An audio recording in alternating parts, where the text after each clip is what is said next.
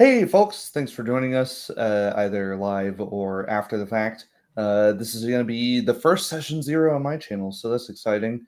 And the way I do session 0 is pretty freeform, as with anything. I've got a little document here to go through, and this stuff isn't all written in stone. It's just share screen. That's the thing I'm looking for.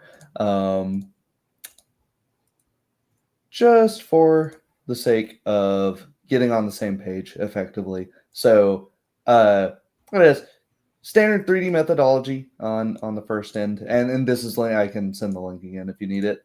So I got it. Yeah, right on. Not a character question, state where you are, what you're doing, etc. Given the nature of a module, even though we're sandboxing in it, the 4D stuff is some co-creation is fine, obviously, but like spawning NPCs out of thin air is probably a no-go. But things like if there's a weapon rack, you can probably assume there's some spears and some swords and some etc. You don't need to have me describe every nick on the blade for it to be there. Yeah, for sure. Yeah. I would like to lay the groundwork a little bit for anybody that watches the first few minutes of what is the premise of why play Pathfinder now. It's many years after the second edition released. Good question. And we just came together and decided let's try out an adventure path, right, and see how we can 4D in that. So what do we want to achieve with this game? Well, there's a couple of things there, right? I've been thinking of the comparisons to Minecraft recently, because Minecraft is an ancient engine that was built in Java, and it's the juggernaut Java. Yes, just gets anything done. Yeah, and as a base game, it's got a lot of issues. But there's so much, so much of a secondary market, so much modding potential for it. There are reasons that it's stuck around for this long. More specifically, what are those reasons with Pathfinder? Well, I think the archetypes are super cool. They sort of build your character into the world as somebody that is more than a generic fighter. They're an Aldori sword lord. Oh, it tells you, all right, they're probably from this region. They have a specific set of skills that they learn doing this. And so you don't need to write this big convoluted backstory or anything. It's all there. It's all given to you. The trait system, likewise. And just in general, a lot of these different things that add sort of simulationist aspects to things that can make combat very gritty. They can make it very what's the word for it? Very visually stimulating if you describe what's going on and not just read off 22 grapple. Fail. Next turn. And just when you're just moving on like that, the numbers are just that, numbers. But when you have meaningful differences between grappling somebody, tripping somebody, casting a spell, it can create some very unique situations that you don't really get in any other game. And that's just it, right? It is an old game, and that means that there's a huge wealth of content for it. Before Pathfinder 2nd edition, we ended up getting close to 15 years of content just for Pathfinder 1st edition. So there's a ton to go through. It's also a good challenge, I would argue. Yes. Yes. Pathfinder is one of the heavier games out there. Mm-hmm. And if you can utilize its rules to the 4D, then you could probably use 4D to do anything, except GURPS, of course. Yes. Somebody was confused. Somebody was like, looking at, which we're not going to use my homebrew system for this one, but somebody was looking at it and it's like, it seems like you just want to play GURPS. And I was like, there's a long-winded thing there, but something generally useless role-playing system. It's like, yeah, it's opening the door to the basement. Why don't you use that? Like, no, close it again. right, Do right, not release the beast. right. There's a question in my mind of Pathfinder has been around forever. It evolved out of Pay me your D&D. cow. Welcome. And we played Lich's Rex recently with 5th edition and found, well, you can 4D roleplay pretty well in that. But as soon as you lean out the window and go into the weeds of spells and the subclasses special ability, you end up exploding, like multiplying how many rules you have to keep track of at the same time for both the game master and the players and all the classes at the table and every spell involved. Which is like, you start small and the more levels you add, the longer we play, the more complex it got. Now, I would imagine this is going to become a bigger issue with Pathfinder. Yes. I can't say much other than yes, that's correct. Now, so we are bracing ourselves. When you can share the load, it becomes a lot better, right? And when I assume Pathfinder is a very high trust system. You have to trust that. I have it down here at some point. Where is it? Don't tell me when you're using points, or this goes for like any abilities, your key points, your bardic performance, a spell slot, investigator's inspiration. Don't tell me, I start banging on my war drums and then I spend one of my 7 rounds of bardic. No, I don't need to hear that. If you give me a quick mechanical reminder of what it does, you get a +1 to attack and damage rolls. No big deal, that doesn't. A simple example of that is the player keeping track of his own hit points without the game master having to know. That's what I really enjoyed about D&D. I attacked Corn Pop with the Hydra, 2 attacks hit, and he was dead. And I was like a bit shaking, like, holy shit! I did not realize he was that low. I expected there was some room left in him. Yeah. I mean, it's funny because Pathfinder already has a system that is kind of modular in the combat maneuvers. Yeah. If the results of spells were modularized like combat maneuvers, then it would be much easier to actually follow them. Because combat maneuvers, there's quite a few of them, but you can read them and see what they do. And they all pretty much work on the same formula. Right. Exactly, yeah. Except for like Dirty Trick, which is a little bit more complex, I guess. Yeah, and Dirty Trick is almost like 4D. It is. That's true. In a way, yeah, because you can do these things, but the GM might allow you to do other things. Yeah, right? That's you can. You can throw sand in somebody's eye. You can pull somebody's pants down. Kick them in the dick, poke their eyes out. All of these things. It's really just you do a thing, and then GM interprets, and that's really cool. That's one of the things going on with like why be attracted to Pathfinder. It's like, well, there's cool stuff like that in it. There's a lot of stuff. I think it's I have played not every little individual edition of Dungeons and Dragons, but broadly 1st edition through 5th edition, and I think 3.5 Pathfinder's the peak of it. I think it's got the most. I think it's got some juice that's worth the squeeze, but we'll find out if that. It's like all the Pathfinder players agree, but for different reasons, and none of them include role playing. Yeah, unfortunately, tragically, right? Tragically.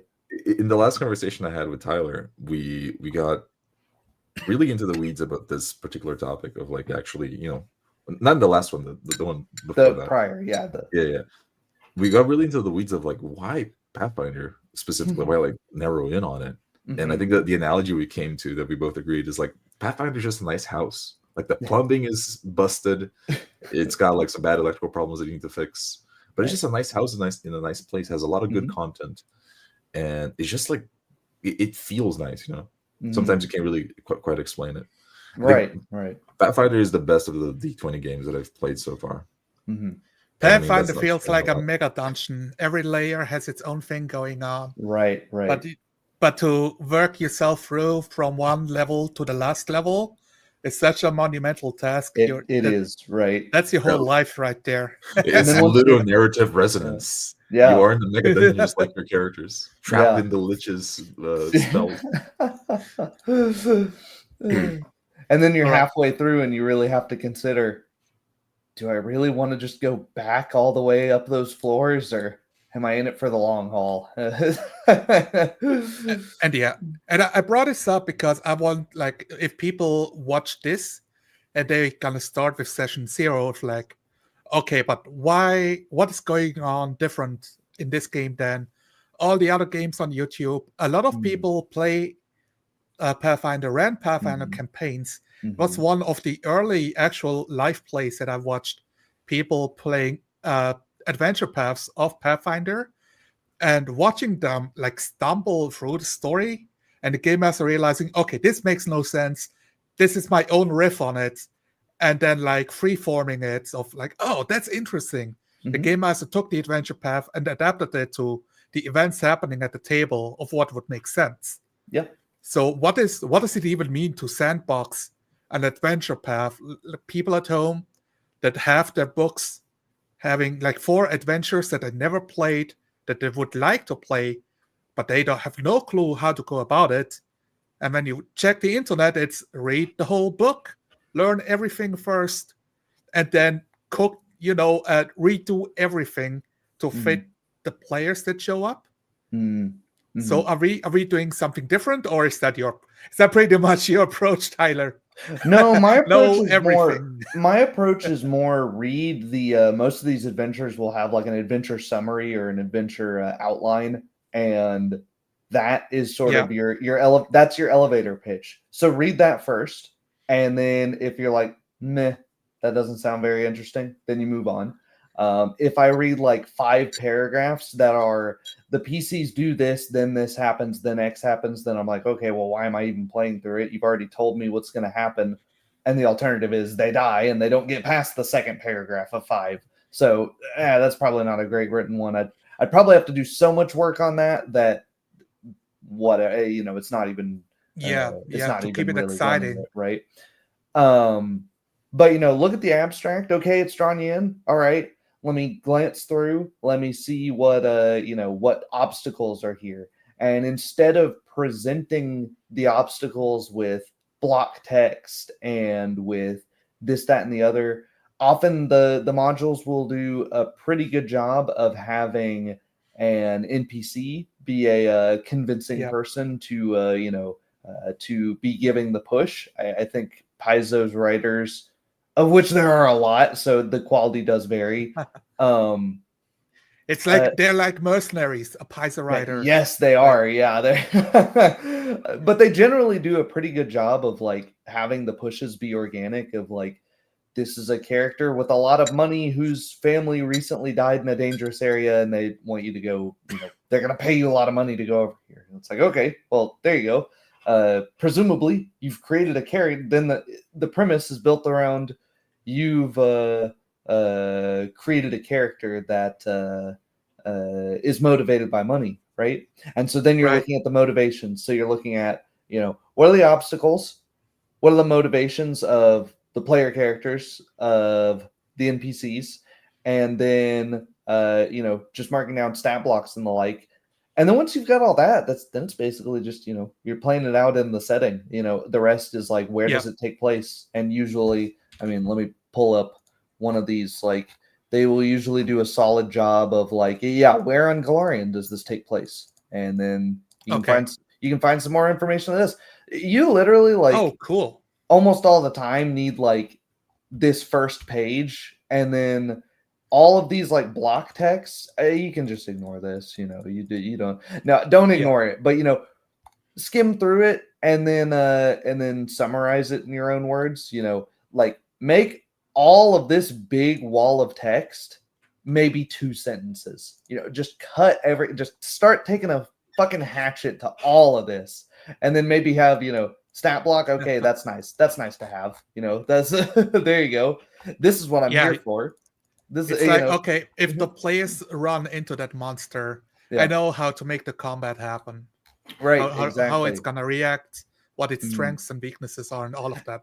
And then what I would do is I would either open this in like D20 SRD or Archives of Nethys, and that way when I scroll down here, boom, I can just control whatever, and I'm right over there, and it takes me no time at all to reach that stat block, right? You can even cut it down yet more and make a simplified stat block and just have like HPAC, like just this little section right here, this tiny little section right here, and then probably don't need the rest of it, right? Gotcha.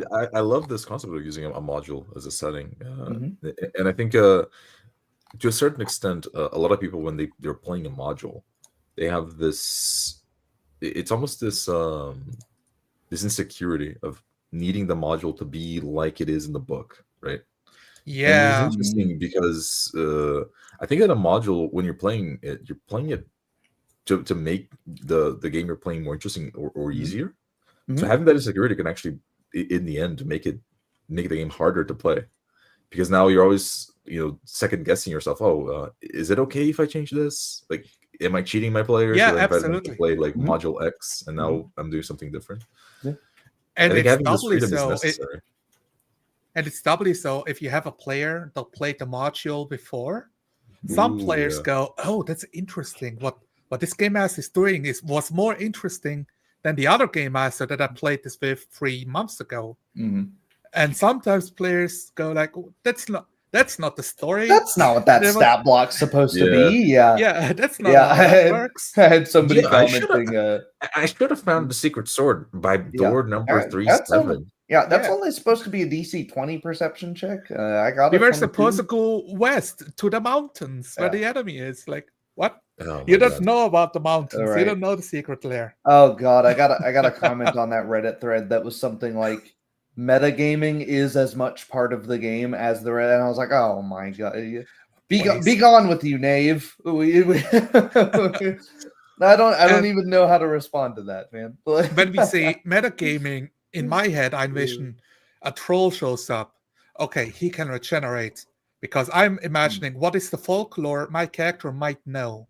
What is reasonable to assume. But people say metagaming, they think, well, if I pick those 5 feats, I can do 120 damage each turn. Right. And then I can, that thing only has 120 health, so I don't need to worry about it at all because I can kill it in a single round. So the troll is just like, oh, this is not a problem. Yep. The troll is diminished into a problem, a hindrance, a resource. Attacks, as it's often called. And I think Pathfinder players rightfully point out that a lot of the way the modules are designed poorly is... And not even just in Pathfinder, in lots of games, especially 5e, because of the health bloat and the short rest system, is when you have encounters that are just a hit point tax or a spell slot tax, it's really lame. And usually it doesn't even work because it's pretty easy to get all those things back anyways. So, it's one player's like, okay, I recognize that's a problem. So my guy just has Leomon's tiny hut. Or the Pathfinder equivalent, and be rest in there. Yes, it's a classic spell. It is in Pathfinder as well. Yeah. So one of the things I'm losing the thoughts here, but about there was like I talked in the comment section of my previous video, like. I was doing a video response, and one of the comments in the original video said, "We all agreed that the game master read the adventure path and lays out all of these hooks, and we agreed to bite onto the hook and go onto the linear story and enjoy ourselves because it's like a well-cooked meal by a chef, and we're just here to like go along for the ride." And it's like kind of bad manners not to do that. And I was trying to frame it differently of not in-game. In-game, I'm my character. Out of game, before we play, I accept the premise. And if I don't accept the Yeah, premise, yeah. we like can argue of how could we change it to fit. Or and sometimes it's like, okay, then maybe I'm not a player fit for that game, and or you find players that would agree with the premise instead. What you said is true to a certain extent, but you also need to watch out on the premise because some premises are very heavy-handed. Mm-hmm. I mean, a premise can be anything from, you're making a character that is in this particular noble's court in this particular date. That's a good premise. But if a premise is you're going to be in the noble court, you're going to assassin the king, then you're going to set up a military organization, you're going to take over the kingdom, then you're going to be the bad guys, you're going to invade the other kingdom, right? That is like way too heavy-handed of a game concept. Right. I think that you need to have some shackles at the start, otherwise you can't even really get the game going. Right. And after that point, it needs to be like organic. It needs to like flow naturally. You can't really have a too heavy-handed of a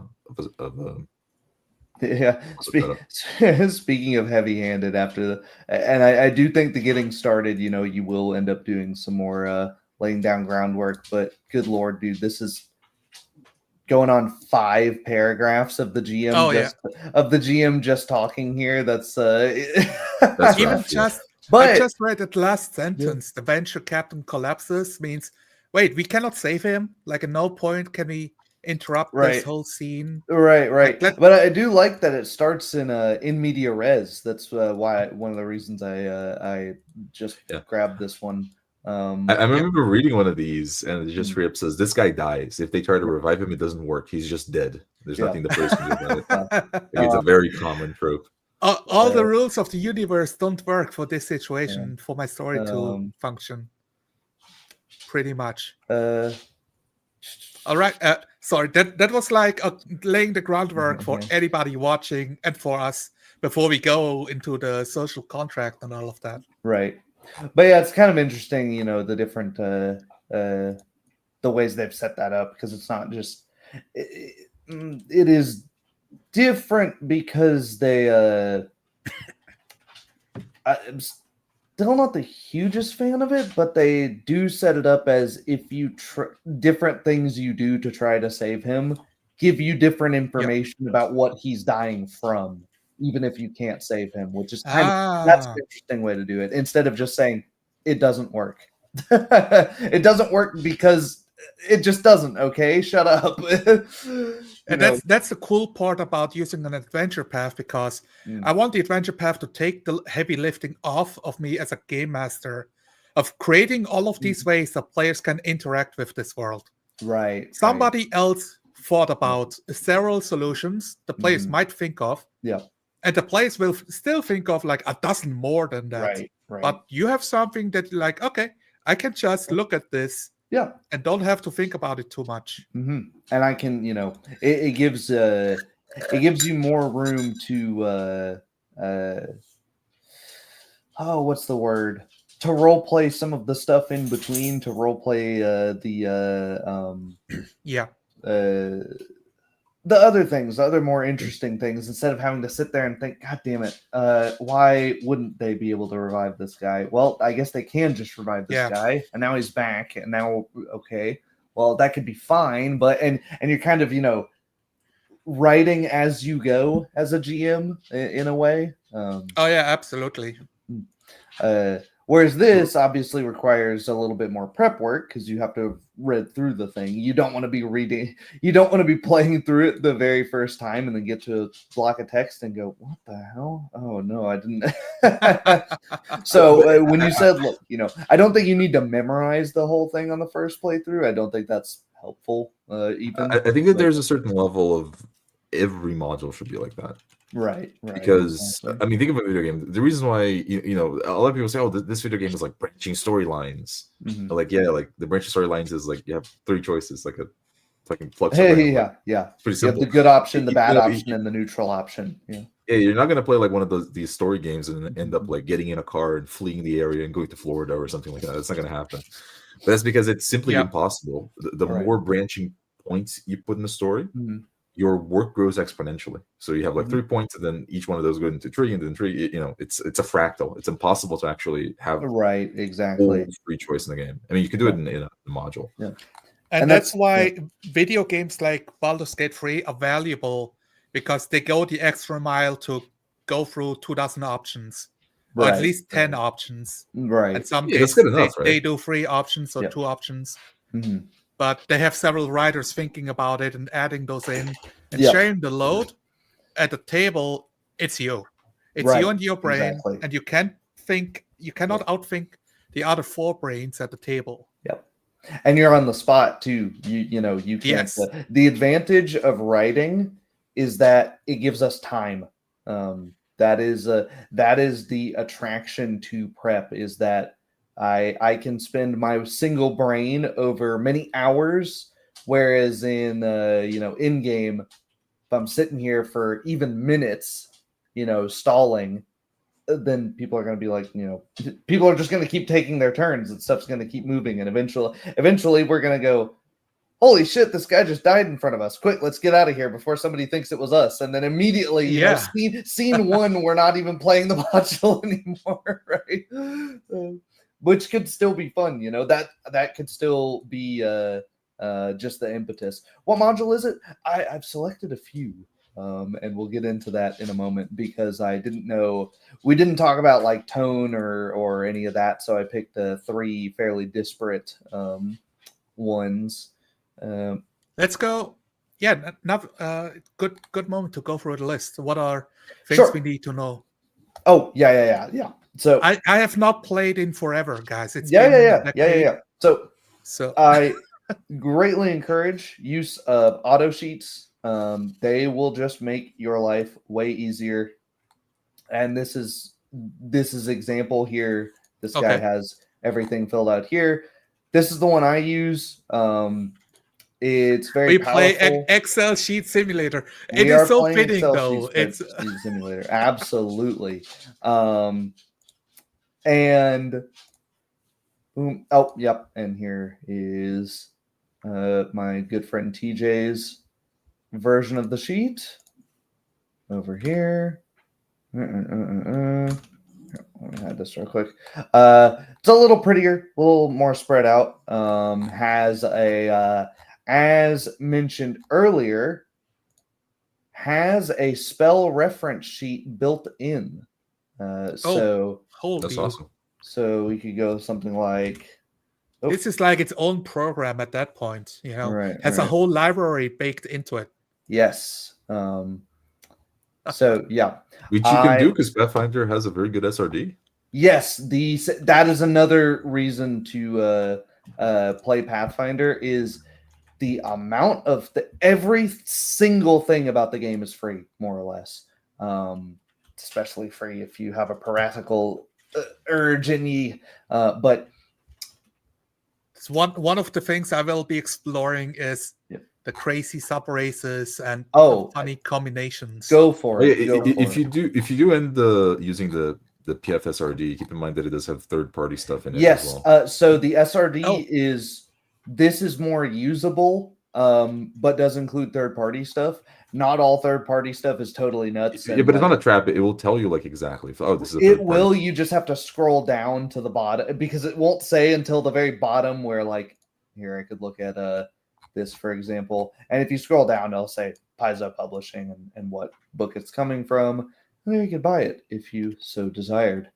Gotcha. So third party is unreliable for balancing. Yes. The game master is I've never even heard balancing, of this. Yeah, for balancing and tone as well. Tone. It'll allow some goofy stuff to happen. Whereas if you go on Archives of Nethys, it's less usable. It's white on black text because it's designed by a human being, I assume, who has not left the 1990s.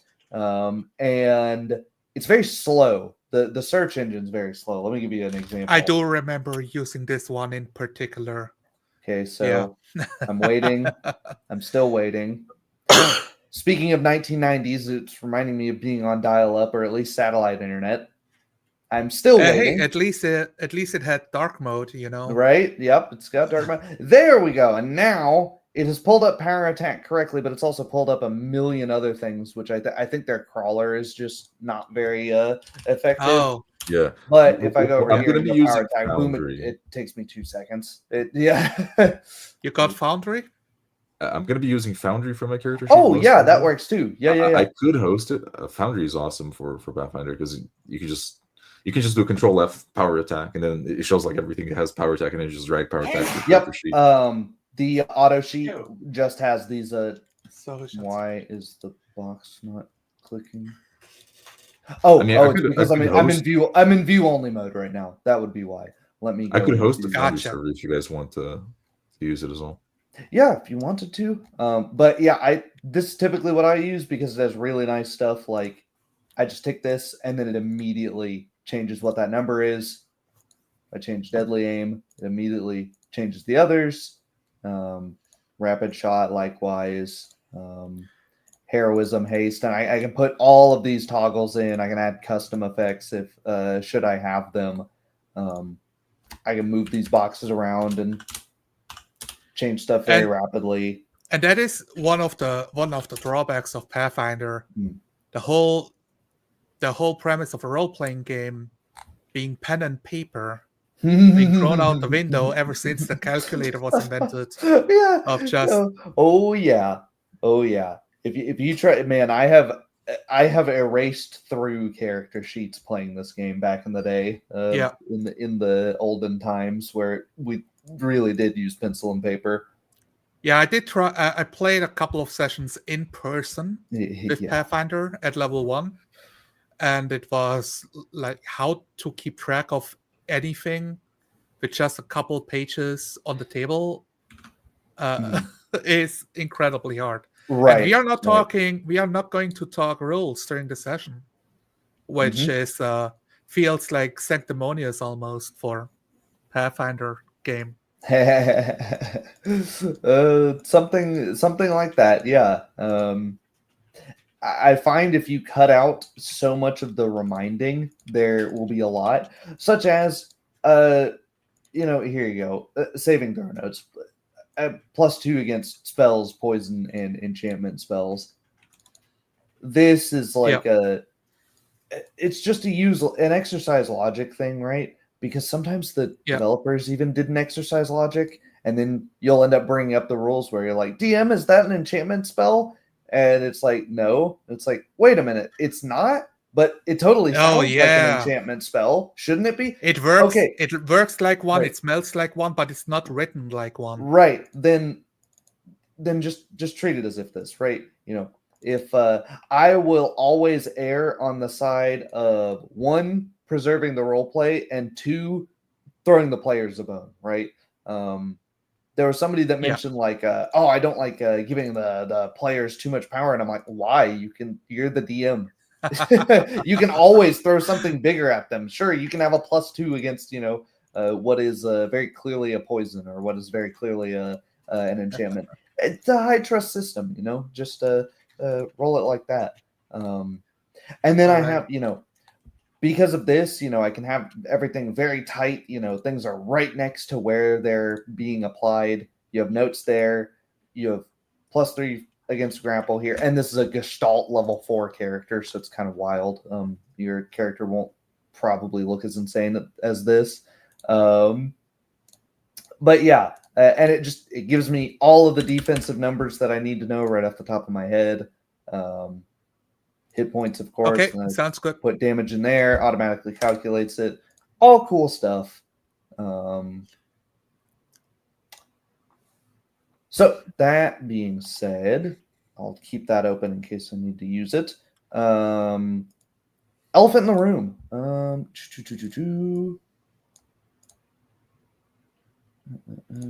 Conway is what is different with using Foundry? Like, is there any what's the big benefit of that? Oh, I can show you. The thing with Foundry is that it's an actual VTT, right? And I mean, Pathfinder is a game that you might want a VTT, specifically because it does all those things that the Excel sheet is doing, but it does them in a more organized way, in a way that is actually in an environment that's actually designed for you to have a character sheet like that. Not really, Excel isn't really designed for VTT work. Yeah, that's true. So you have a very fancy character sheet. Every spell has like a little icon, and you have like it has some pages for user everything. interface going on. Yeah, and you know, what was it? It might not be worth like learning to use it unless you're gonna use it for a longer game, though. So perhaps, yeah. It depends, like for how long My Tyler's gonna trap favorite- us into this adventure. Yeah. Might be like 30 sessions later. Oh God! Be like, no. oh, he has a man. track record of like a Not. 6-year campaign, right? Yes, I sure do. If you die in Pathfinder, you die in real life. That's true. No, Come What on, I like guys. The first time's for free. Don't worry about it. yep. What I like the most about Foundry is that you can make mods for it. So there's like a Yes. GitHub, infinite mods for it. And my favorite one is like quick lookup or something like that. And you can just like do Control F, like whatever you are in the VTT, Control F, and then you can search for anything, and it will tell you exactly what you're looking for. And it's like very quick, unlike Tyler showed us in Aeon PRD. You can just like Control F and then power attack, and then you show the power attack feat, or show the power attack rules, or show everything. It's really cool. It's like the best way to play Pathfinder, maybe. Yep.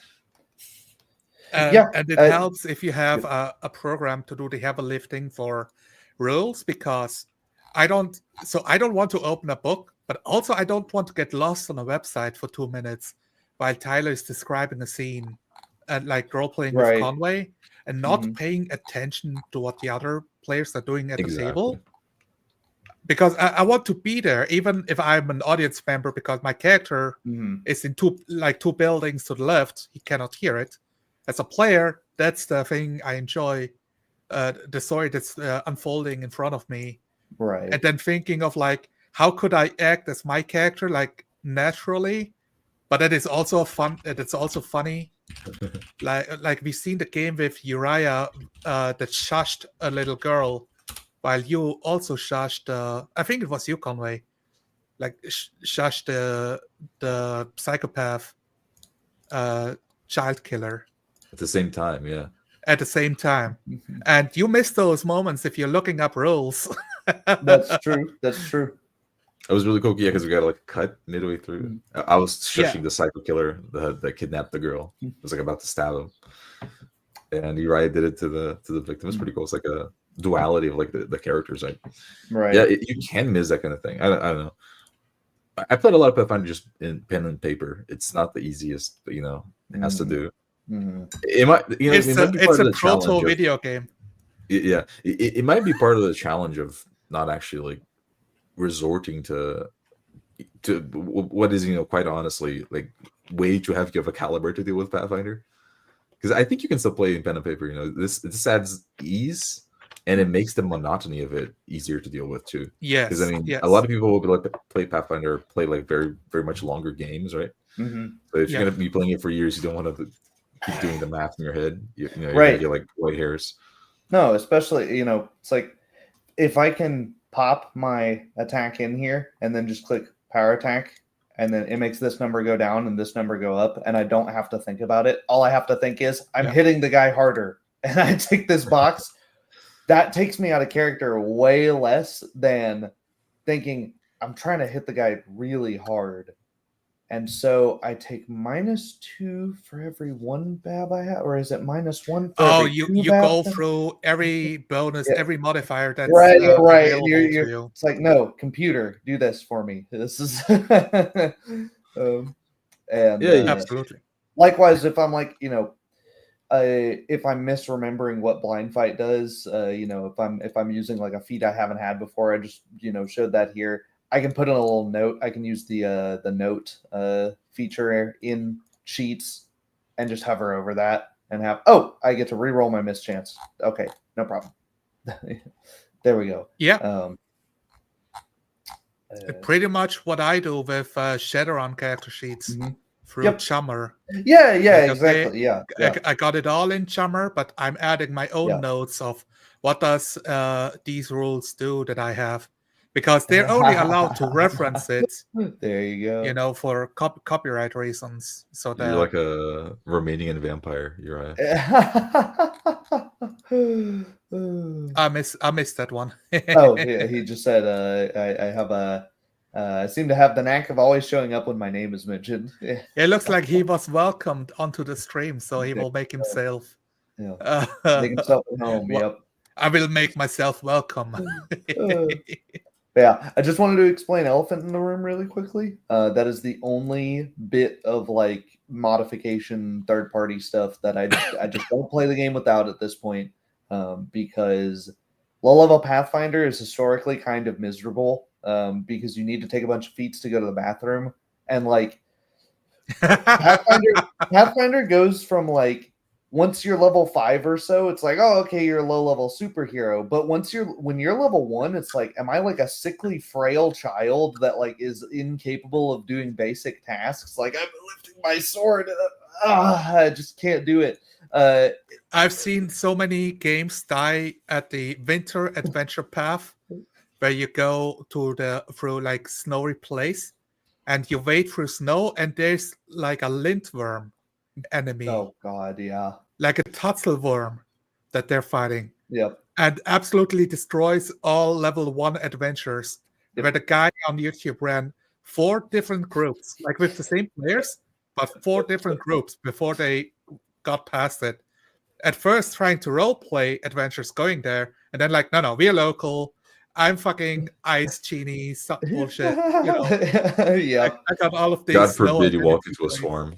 Yeah. Oh my God. I mean, just the swarm rules alone. Jesus. We won't talk about that. Yeah, the swarms should not. A swarm of mosquitoes gives you malaria. You die. It's like full on Oregon Trail stuff. It's like, but it's diegetic. As soon as you see a swarm like in real life in Pathfinder, then you would be just as disgusted as the character seeing the swarm. Yeah, there you go. And this is why it is programmed into people's heads of, I must use my metagame knowledge to create Molotov cocktails because swarm rules exist in Pathfinder. Right there you go. Yep.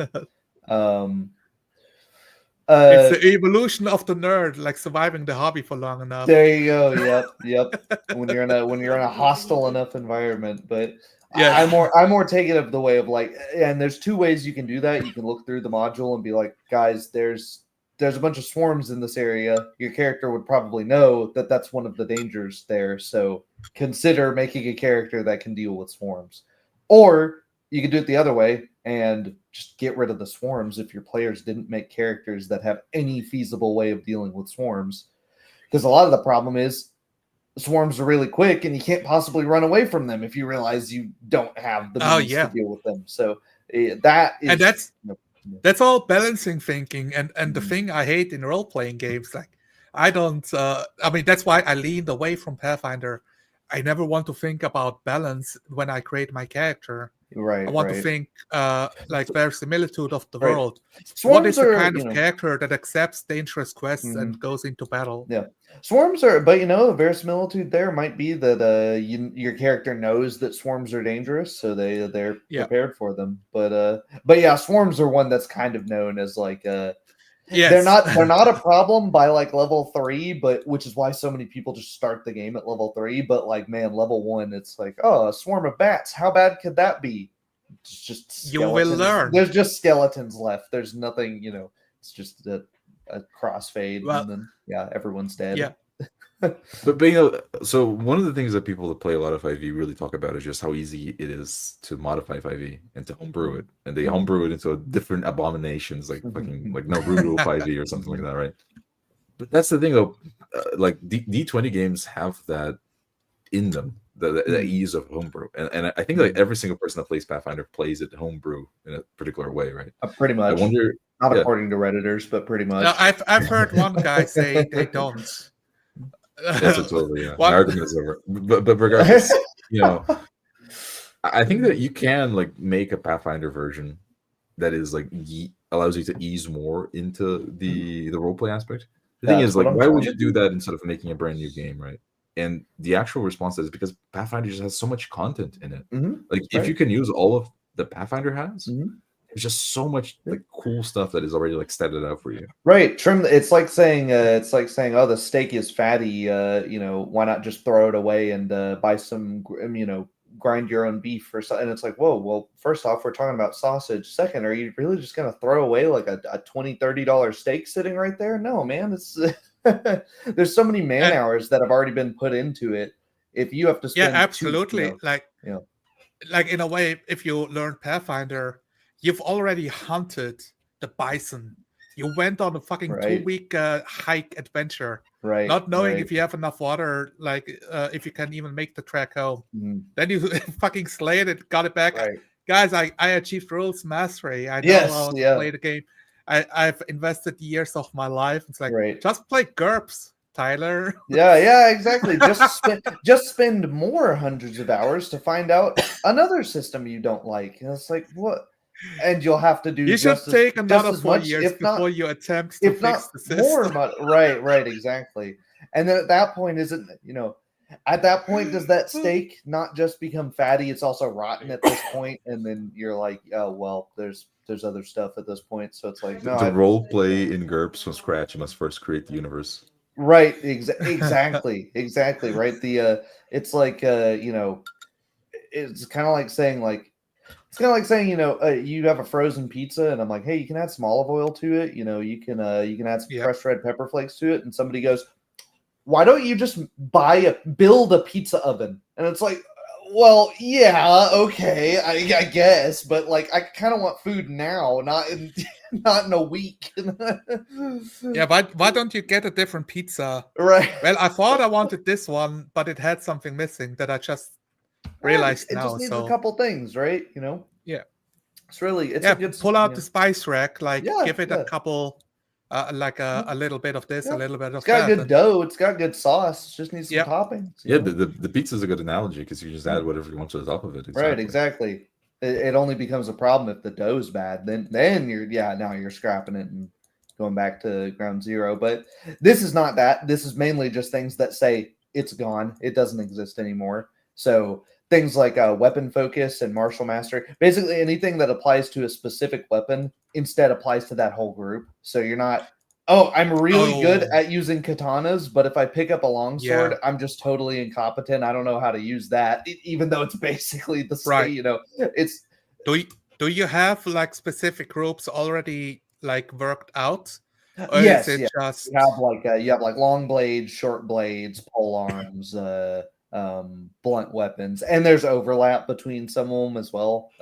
But I do enjoy exotic weapons. If anything, to add to the verisimilitude and the exotic nature of different adventures. And it adds to the ability to just pick up a weapon and use it and not pick it up and go, oh man, I don't know. I only know how to use. I only know how to use hand axes. I can't use a war axe. Oh man. And what is it? Is katana its own category of blades in Pathfinder? No, I mean, I know there are a couple of Asian themed. It would be both in the. It would be both in the Eastern weapons and long blades categories. Yeah. But yeah, we all know of. I have this one skill with this blade. Yeah. Maybe it's you have that sickle, the Japanese sickle, with the chain and the stone attached to it that you throw out, and that's your weapon. Start your drinking game. Hold on. Yeah. So I was talking, Conway. I was talking about this weapon where you have a sickle on a chain, and you throw it. I got my mastery. I got my weapon finesse. Weapon finesse is something else. So you skilled into that, but then you meet one enemy that destroys your weapon, and your character is absolutely reamed for the rest of the adventure because nobody can make it or at least you have to leave the dungeon first. All right, there you go. You know what's funny? Pathfinder does have retraining rules, so you can't. I think you pay money to like a specialist, like you all of your features. You pay money and spend time with someone who knows the thing that you want to learn. But that's the thing that's like so weird because now I unlearn everything of how to use a scythe. Like I relearn how to use a Morningstar. Yeah, it's a video. It's a video game rule. It's the time frame that it's done in. Right? It's like a week. Whereas if it was over a longer time frame, it would be like, oh yeah, you're losing. You're getting rusty with the old thing. You functionally. You're not as good with it. But the fact that it's a week and it's like, I haven't used my longsword in a week. I've totally forgotten how to use it. Is really funny. Yeah. But Everyone it's just also has like weird short-term memory because loss in Pathfinder. Yeah. casters not going to have that issue. Casters just have like so many different tools available to them. It's always like the Right. marshals that this happens to, unfortunately. Yeah, it is. What's been We- decided so far, Nicholas? You have to join us. That's what's been decided. Yeah, we have all voted, and it's a 3-0 vote. Yep. You're in. So, yeah. Welcome Here aboard. is the rule book. Just like slam it over his head. I expect you to be done with this by Friday. Oh wait, that's I might tomorrow. play the rules lawyer class, and I have the sling proficiency with books, and I just throw them, man. Right. Heavy tome mastery +1. Yes. Yes. That is. Oh man, there's a My attack rating goes up by intelligence, not with dexterity. there's an Inquisitor archetype that gets a book that they beat people with. Very 40K. It's both your spell book and you beat people over the head with it. It acts like a such a massive tomb. It does as much damage as a light mace, I think. And the barbarian comes up and casts fist. Yeah. But yeah, it does other things like where is it? Light weapons become finesse weapons. Yeah, which is just to say you not really a need to rename it at all. But it's just with light weapons, you can use either dex or strength to hit. You don't need a feat to do that. That's Oh yeah, that was the whole thing of okay. If you want to play a light character, you need one burn one feat to even unlock this ability. Yes, you've been drafted. Right. Here's your helmet, exactly. and here's your uniform and your helmet, and off you go. What are you munching? I'm not munching anything. It's illegal to munch in a 4D game. Well, right out. Not during such burned at the stake. Not during such. I'm not munching anything other than what you saw. Nobody said we haven't looked at the munching rules yet. We might not have one. There just you go. Did you put in that it's illegal to munch in a session 0? Yeah, I think it's a session 1 kind of thing. Oh my gosh. I mean, I already need to schedule in with Tyler to be able to go out to the bathroom while we're playing. Yeah, this is true. Right, combat expertise. Yeah, combat expertise. Again, just something you can do if you have at least one BAB. You can fight defensively. You don't need to take this feat that pretty much nobody ever actually uses. Just as it's just well, I take this feat and I hope I live through this level, because I took this feat to take a million other to progress to better feats, and then is probably it's like a gateway feat, right? And it's like I'm already playing a marshal, they have bundled a lot of the combat maneuvers together, which is very cool. Thank God. So trip, disarm, dirty trick, feint, reposition, and steal are all just death maneuvers. And this takes a lot of the mental bandwidth up with things that generally involve being caddish or agile. That's a death maneuver. Right, because if you don't have every single feat, then your rogue is a one-trick pony in that one particular thing you're good at. I'm really good at tripping, but all we ever fight are giant centipedes that are being tripped, or flying creatures. My arch nemesis, the giant lindworm, Yeah, exactly. So it's just that. Power attack again is just something that you can do if you can swing harder at a guy. It's something that shouldn't need a feat. That's the minus attack, bonus damage. Yes. Feat. Yeah. All right. And is just something that every single melee fighter takes. All of them. Yeah. So it's like, it doesn't really make sense as far as balance. It doesn't really make sense as far as the verisimilitude of the world. We already know you're skilled in fighting because you have this base attack bonus thing. So there you go. So that means because I know base attack bonus, it increases when you level up. So if you are a cleric, or I guess, a priest, pretty much, you don't get the base attack bonus, and you're locked out of all of those feats until you reach a higher level, right? Yep, until level 2. Yep, in that example. Oh, level 2. Yes. Okay. So there are 3 kinds of base attack bonus progressions. There's the full Yeah, yeah. BAB, which is you get 1 every single level. So fighter 1 a level. level 1 has Yep. +1 BAB, level 2 has +2 BAB. There's 2/3, which are like the cleric and the druid, where they get 1 they get none at level 1, 1 at level 2, 1 at level 3, none at level 4, and so on. And Oh, then it's like split up. right. And then there's half BAB, which are the wizards, where it's like you get 0, 1, 0, 1, 0, and you just that's the slowest the progression is. You're just babbling now, Tyler. Yeah. Yes. Yeah, it's either 1 per level or 0.75 per level or like 0.5, right?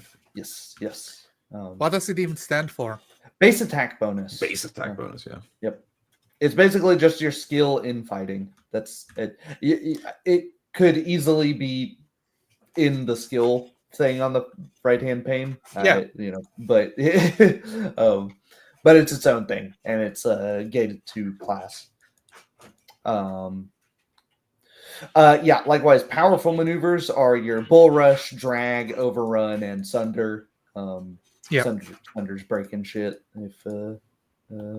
Oh my god, I just saw the size of the page on the right. That is tiny. I don't think that's yeah, Maybe it's all the comments. Okay. I was like, I thought we were about at the end. I was like, what the hell? I was like, it's all the redditors that found their way onto the webpage. We're gonna be here for the next 5 hours. It's gonna be the longest But section zero. I'm definitely interested to see how it plays out, because I assume you play enemies and monsters with the same mindset of, well, this guy is like a base attack too, and it makes sense they have also similar tools available. Right.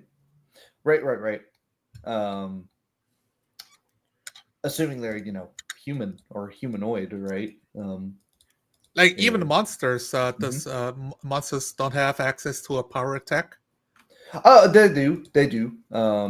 But in general, they also have access to a lot of other feats as well. There are monster specific feats in the monster game. specific. So it doesn't affect them too much. But yeah, like human NPCs, okay. Of course it will. The idea of power attack is cool. It's kind of like you giving up on your like efficiency with it to just hit someone as hard as you can. You can imagine like a character like that is in grief, is extremely angry, and just wants to kill whatever's in front of him. Maybe he's enraged, right? Yeah, he doesn't really like use the proper technique with his long sword. He just grabs it and bashes it down the guy's face. There's like a lot more damage, but he's like less likely to hit. It's a pretty cool concept. But power attack, the way they did it in Pathfinder, is not like the best application of it. It's very messy. There's also like if statements. Oh yeah, if you have more than 4 BAB, then it changes all the numbers again. Like, oh come on, dude. Yeah. Very messy. Which is why I recommend automate it in some way. For sure. Deadly aim also likewise, it's gone. It's just power attack. Yeah, same thing. Yeah. And I've pretty much only had negative experiences with modifications like that, but more D&D 5e, where every archer wants to be the sniper and to take the -5 penalty to shoot. But the modifier is so high already with all whatever subclass they're using. They still hit, but now every strike does 10 extra damage, and they have 2 attacks, and suddenly they do +20 damage every turn. And all of my encounters are choke now. Right. Incredibly lame to play out, while the other players sitting there like, I'm useless. I'm just sitting here waiting for the combat encounter. Where no, I'm just either gonna die or fall over, do like 20 damage, and the other guy shows up and does 80 damage. Whereas the problem in Pathfinder is more the caster is sitting there like, delightful. I have a feat. It doesn't really matter what one I select. I have spells. Which of these feats shall I select? And the fighter is going, all right, I've got a bonus feat here, and I have to use that on power attack. So my level 1 feat can be something interesting. And then you're like, maybe by the time I'm 43 years old, I will be able to hit a guy kind of hard, and the wizard's over here just like manipulating the way that the world works. So much of this exists to have a guy just be able, like mobility and dodge being different feats. It's like, Really? Come on, just lump them It's in. not It's uncommon Yeah. in my circles for you to plan out your feats until like you're level 12 because you have Yeah, yes. yeah, because it's like this feat sucks, but I'm taking it because this feat's cool, but I can't get it until You got your level 20 character build and you work right, backwards. right, yeah, and then you don't even end up playing that long, or the character ends up Yeah. dying, or what You have just you. died Yeah. level 1. Right, Yeah. right, exactly. So there's no real point. This helps with so much of that. Yeah, it improved two weapon fighting. Two weapon fighting was one of the most egregious ones. It was, uh, there's some verisimilitude with it in that fighting with two weapons at the same time is very, very difficult. That's true. It should probably be gated a little bit. It's gated way too much. It's like you're getting improved two weapon fighting and then greater two weapon fighting, and then at about greater two weapon fighting is where it starts becoming usable. So you're just sitting here like, just you wait, enemy. I'm gonna keep Yeah. whacking over here, and then one of these days you will see my wrath. That day isn't today though. Nothing is more cool than playing a guy with 2 swords instead of 1. Yeah, there you go, man. So yeah. Bang bang bang. Even just, hey, I play a dwarf and I have an axe and a hammer and I use them Yeah. at the same time, There you go. yelling There you at the go. enemy, charging in. Mhm. It's Mhm. awesome. Or playing your Witcher style character where you've got one sword to deal with certain DRs and another to deal with others. One is for monsters and the other Mhm. is for humans. I love how that's the saying in The Witcher, right? Yep. Steel for man, silver for monster, Mhm. and then for Yeah. Pathfinder, no, it's for this DR and that DR. Yep. How it has to be, man. Yep. But yeah, most Splat books, sure, why not? Besides Occult Adventures, we don't talk about that one. Boy howdy. Do you want to give like the premise of why it's horrible? Because I have no clue.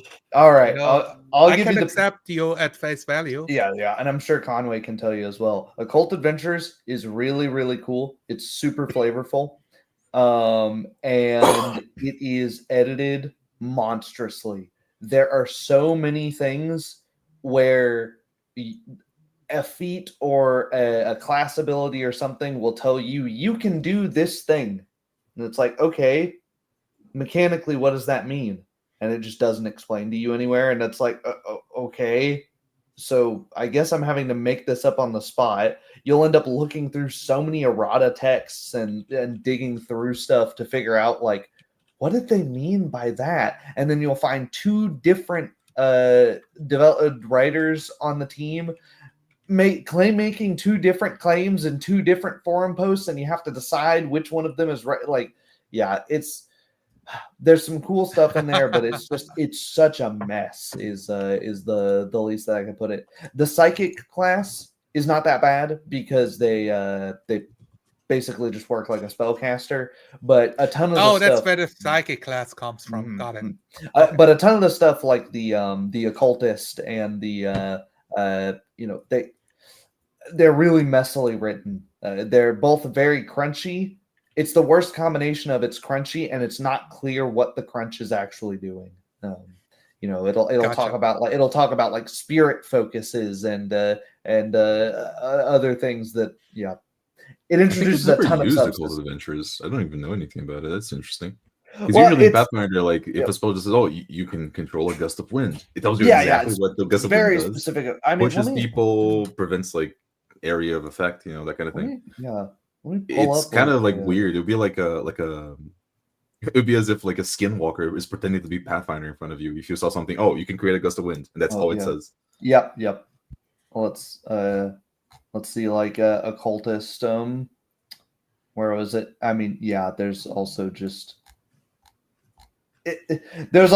the things of like, okay, at a psychic, this is everything you get at first level. It's just it's too goddamn much, dude. Like it's like, okay, I have a mental focus. What's a mental focus? I need some of that. So tell me what it is. Oh, it's way down here. Uh-oh, I've had to scroll past like 5 pages of text to find out Oh what my this God. is. And this thing is itself 6 paragraphs of text. When they said that you're an occultist, they mean in real life. To put Right, this fucking right. class. It's like, okay, I To can become invest an a fortune in occultist, these first you occultists. have to visit a gypsy, Yeah. have your future read.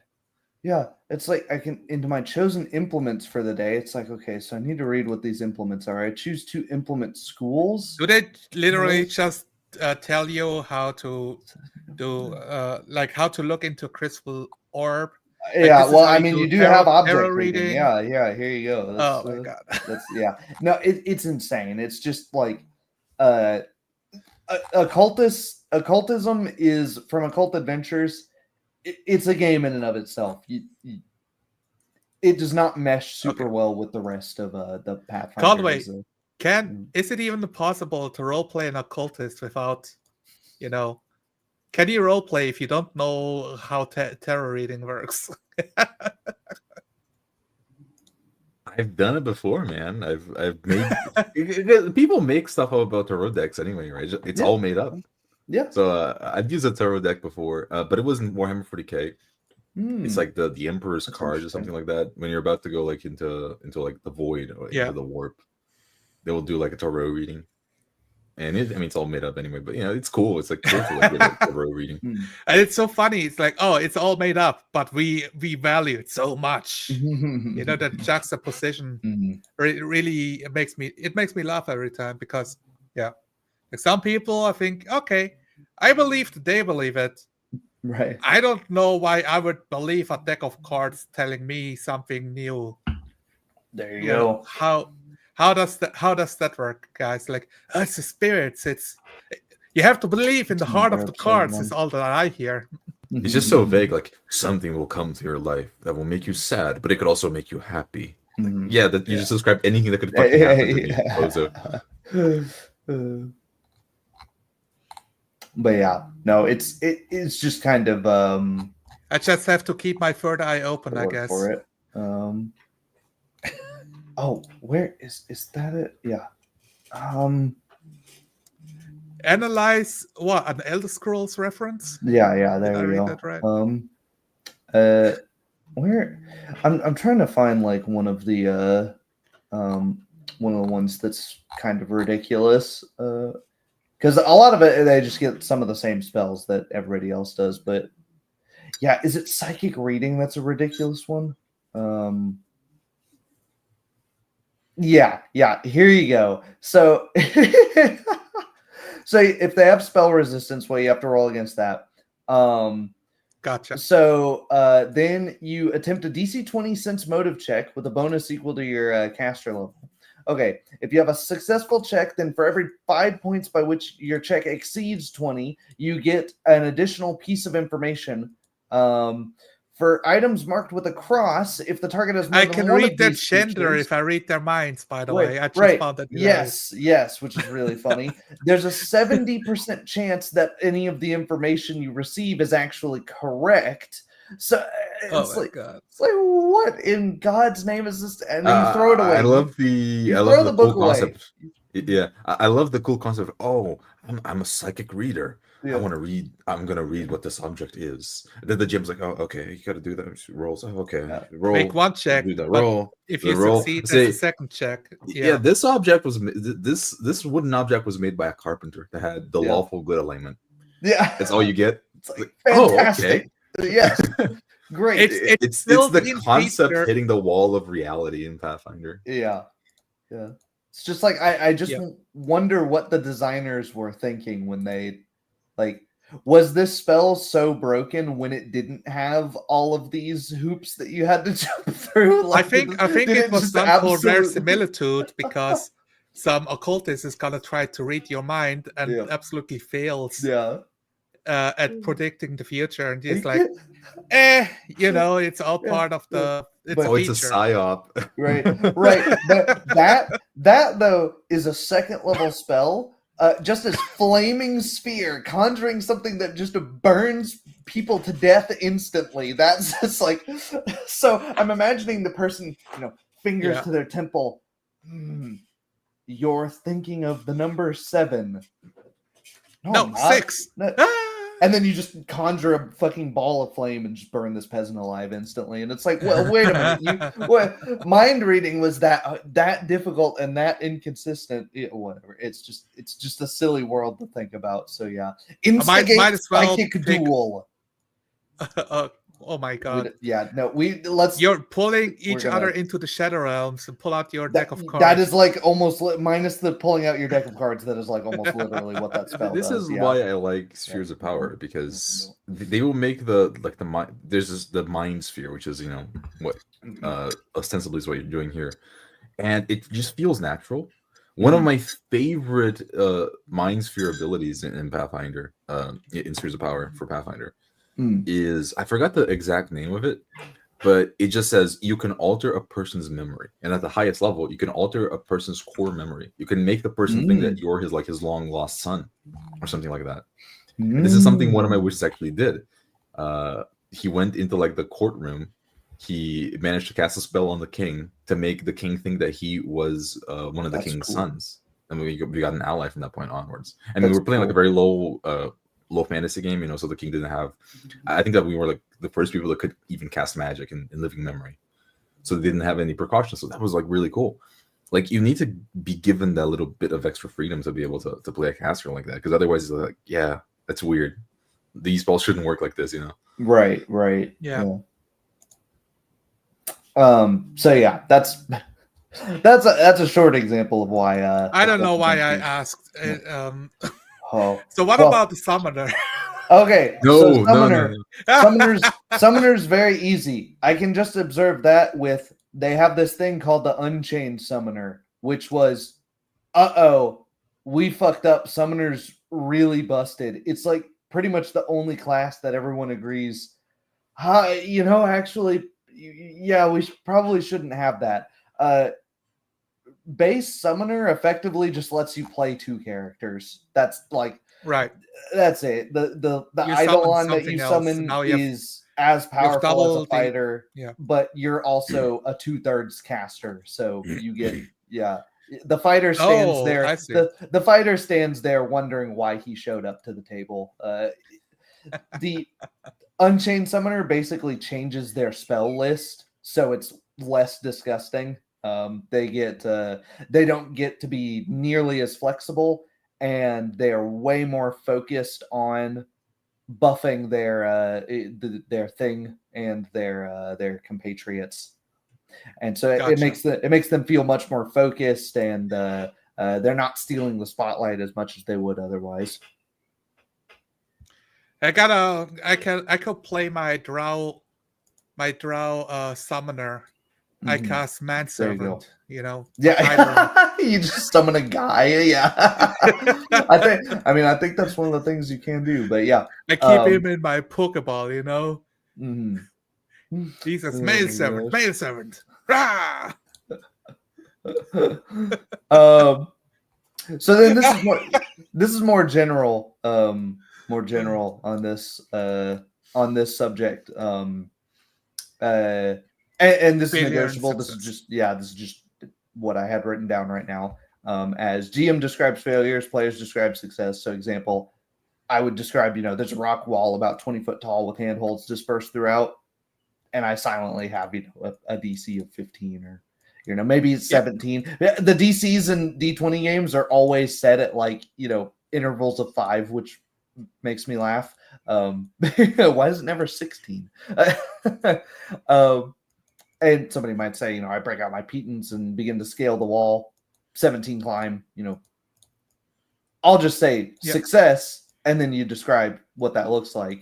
Or if you fail, I won't say failure. I'll just describe, the severity of that failure. Maybe if you rolled if it's a DC, 15 and you rolled a 1, maybe you fall flat on your ass. You wouldn't take any damage from it, obviously, but, something like that.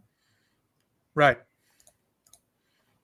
So if you fail by increments of 15, am I supposed to? Well, you describe it, I guess. You make it appropriately failure. Yeah, where it's there's not a partial success degrees of failure system built into the game, but just logically, like if you're well, there is in one case. There is an edge case there. If you shoot into a melee and you miss by exactly one, you end up hitting the other guy in the melee. But that there, there is that. The die is that's telling you the die is representing this in the world, that you're getting pretty close. So if it's a DC 15 and you roll a 14, maybe you do actually succeed to clamber up the top of the wall, but now there's no more handholds. Each of those is just like fallen off as you've managed to climb up there, or it became really clear immediately that it's like, yeah, no, that's a much tougher climb, and you can abandon it safely and land on your feet. Or something like that.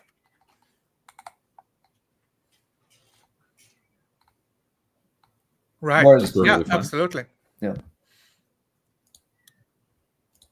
Let's move you on. Mentioned you mentioned and I'm sorry that I didn't bring this up on the spot. No, you mentioned go ahead. 4D and we'll be playing a 3D game, but it's okay for you to 4D some things. Like, what is the line being drawn there? Like, I assume that I can like lean back against the wall that he didn't describe just to yeah, represent absolutely. the character. So what about like swinging on a chandelier, like in a tavern? Can I assume that there is a chandelier on the tavern? What are the limitations of? Okay, this is stupid. Sure. Let's say because it's going to be theater of the mind as usual.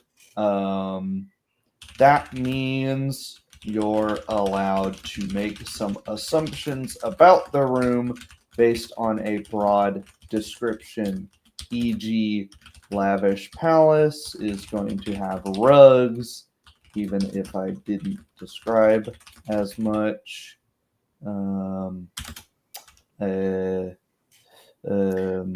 Even something like a dungeon of I check the sconce if the torch still works. Yeah. Dungeons have sconces, maybe braziers, etc.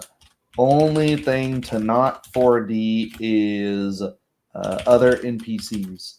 So this is mainly spawning in NPCs. There are feats that can let you do that. You can get the torchbearer feat and have a guy that follows you around. Leadership feat.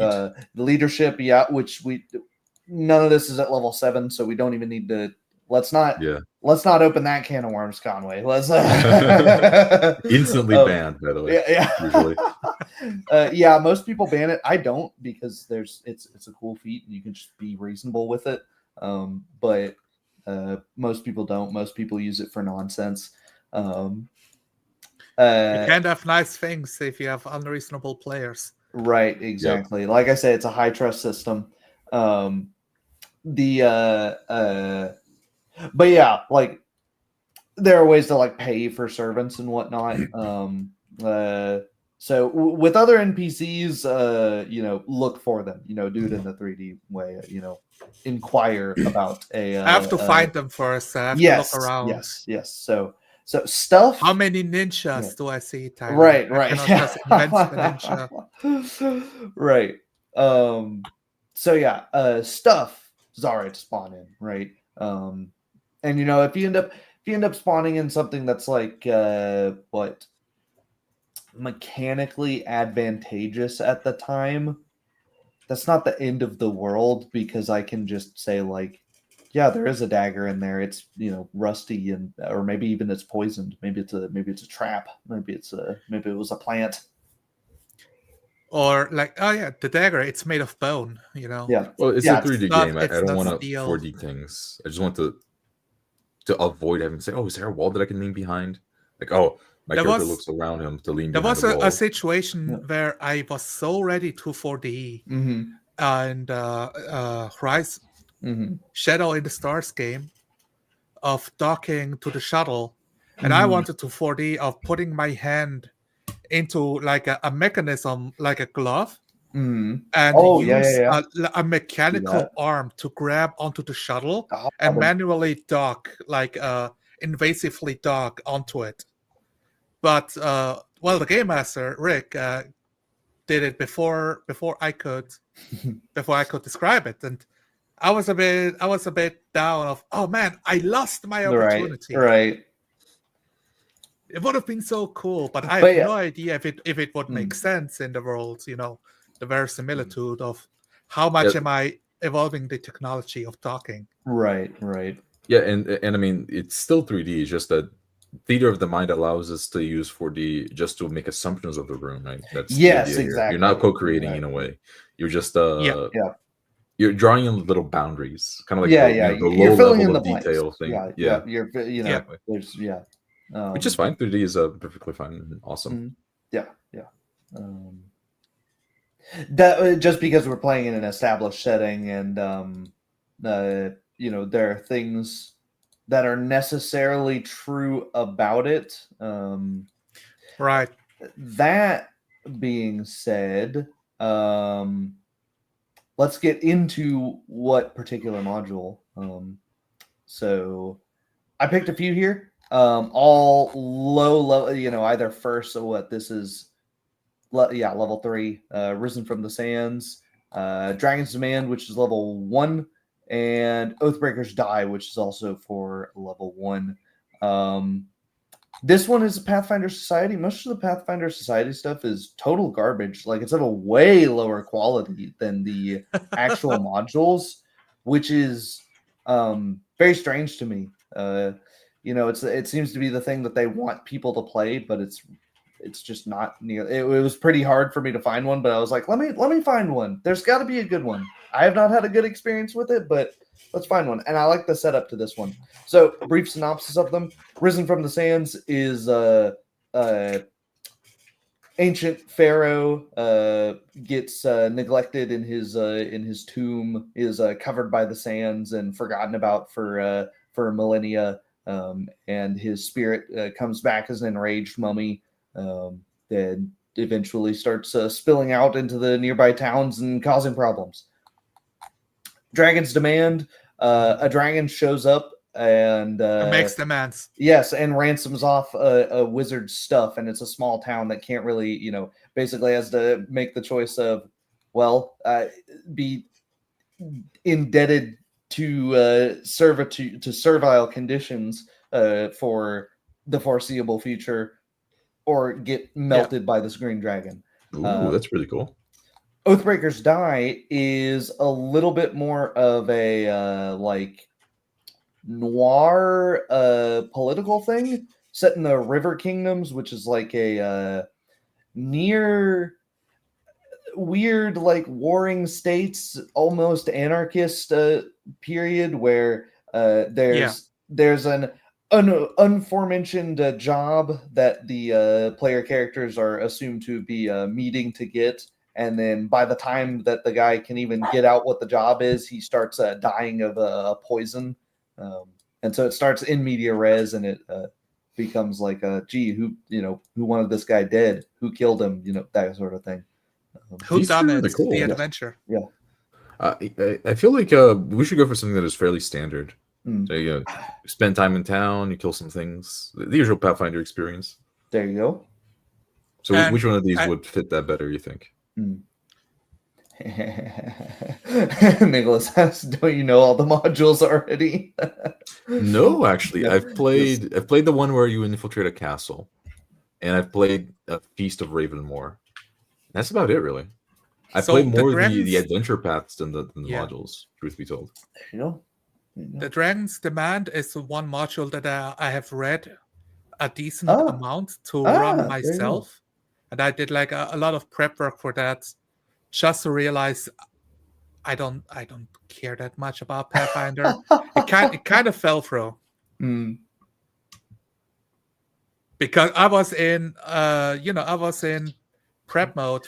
To be a good game master, I have to prepare all of these things. I had like NPC sheets ready. I knew how much XP is there, who has what gold. I was doing all of that work and just ran out of steam. Like, I don't care. I don't want to care. Please make it stop. Nobody wants. Yeah. Even if I get players that show up, they just want me to tell them a story of what's going to happen. And I know they just want you to read them the module. So, yeah. So I dropped that ambition. There you go. So that may be something to or not to revisit. Then there's I'm one. interested. I find the first two interesting to play out. Mm-hmm. I know at least in the Dragon's Demand would be cool to play somebody local, and if Mm-hmm. not from Hamlet, like the village or whatever it's called, then somebody in the region that like visits every now and again. There you go. I like the Dragon's Demand because it All just right. feels very. It really feels like a folklore story. Like a dragon just shows up Yeah. and talks to people. Like that's so Yeah. cool. Like you There you don't go. usually see dragons like that. There you go. All right. That sort of settles it there. Makes it nice and easy. So then that'll be So level that 1 characters. the whole feeling is also classical creatures, humans, halflings, dwarves, or is there, because Pathfinder can get so crazy? Are we leaving a bunch of the crazy races out of this one? So let's see. You're right on the border of Galt, which is mostly humans, but has like a metropolitan population. So I mean, there could be some weirdos there, of course. And elves. There's a lot of in God, what is this place called? There's a lot of elves here. In Wistful, there's a lot of gnomes. And then I'm struggling to remember. Taldor is more human, so it's generally more traditional fantasy in this region of the world. But there is also there's like a in Galt. There's very much like a French Revolution style academia class that attracts people from all over. So yeah, you could have some weirdos, and this right over here is a whole Fey, ass backwards forest. So yeah, it wouldn't be totally out of place for some freakish race to be there. I think I'm gonna play human like always. There you go. I like that idea of like gold.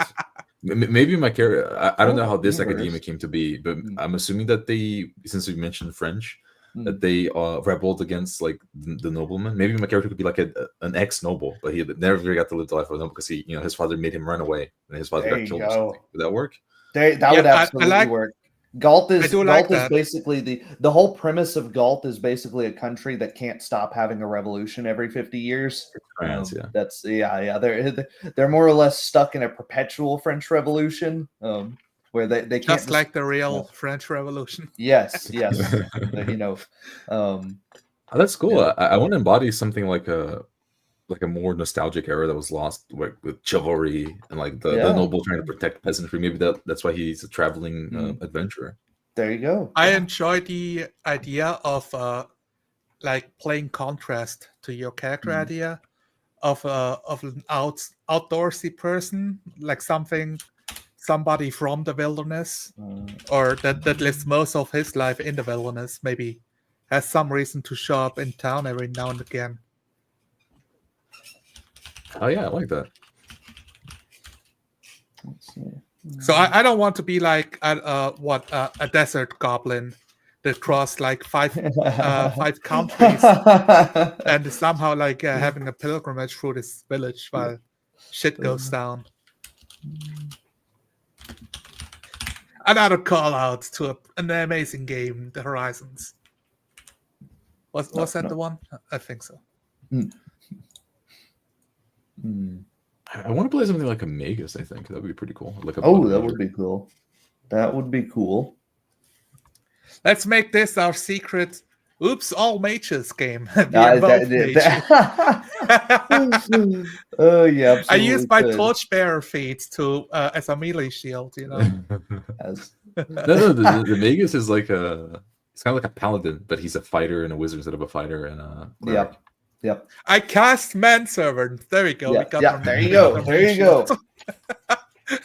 No, the Magus is very, very much trades a lot of the flexibility of a wizard away and some of the beefiness of a fighter away to just stab and fry people to death. They just do an absolute ton of damage. They're like almost singularly focused on combat. I Which see. I think Oh, makes it's not sense a from my wizard. character It's concept. different. It's like a spell sword, yeah. Yeah, I think it makes sense from a character concept, like someone that's traveling to defend the peasantry. He still very much believes in. And if you were like the traditional the gentry, if you're the second born son or something like that, it would have been, well, you don't get any land until your brother dies, so we're going to train you how to fight. Good luck. Good luck with your life. To go do something with that. and he would have the resources to have a magical education, right? So that right. I think Oh it yeah, makes sense. absolutely. We are talking level 1, right? Yes. Yep. What was the range of that adventure of? Well, it's the Dragon's Demand is kind of freeform in and of itself, which is interesting.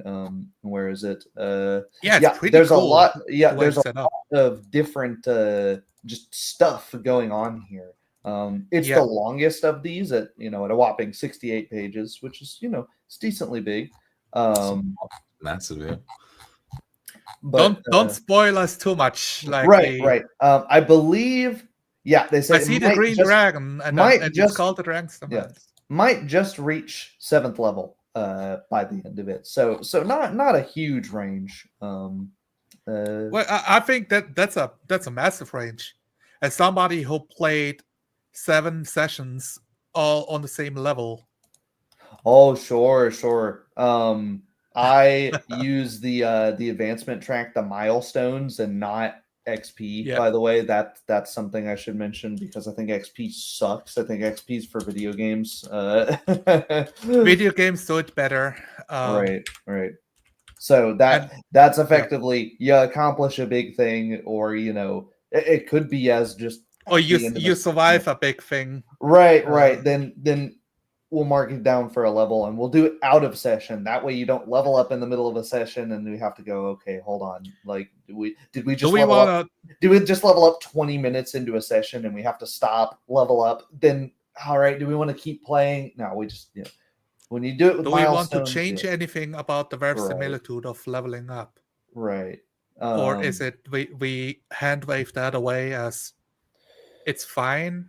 Kinda. Well, the verisimilitude in Galarian as far as leveling up is that the god of humanity died on the material plane, and so there's just this sort of magical energy that's flowing through the plane constantly, and in a very real way, you grasp that power like near instantaneously whenever along the lines of Morrowind, whenever you go to sleep and you just wake up and you get that message of like things are just getting easier. It's like a surge of power that like you're grasping concepts that were difficult to you only yesterday. It's just overnight.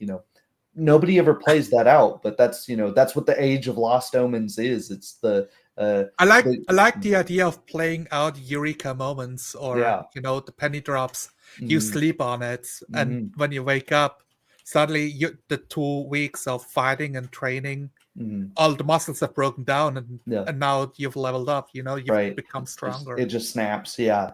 Really cool. Yeah. I can think of my character being like a noble. He's kind of like, because nobility, they usually believe that they were ordained by God, or I guess in Pathfinder, gods, right? To rule over the peasantry, right? So maybe that's him, like getting that sense of, oh yeah, I'm being favored by something divine here. He believed in fate because he's more of a nostalgic, like chivalric character. Yeah, I really like it. Yep. That's a really interesting one too, because most people know that know in the world that fate is kind of a fool's errand in these days. Everyone that worshipped Pharasma as the goddess of fate has pretty much gone insane because there is no fatalism anymore. There are prophecies, but they don't actually come true, of course, because the player characters have free will. They they make different stuff happen.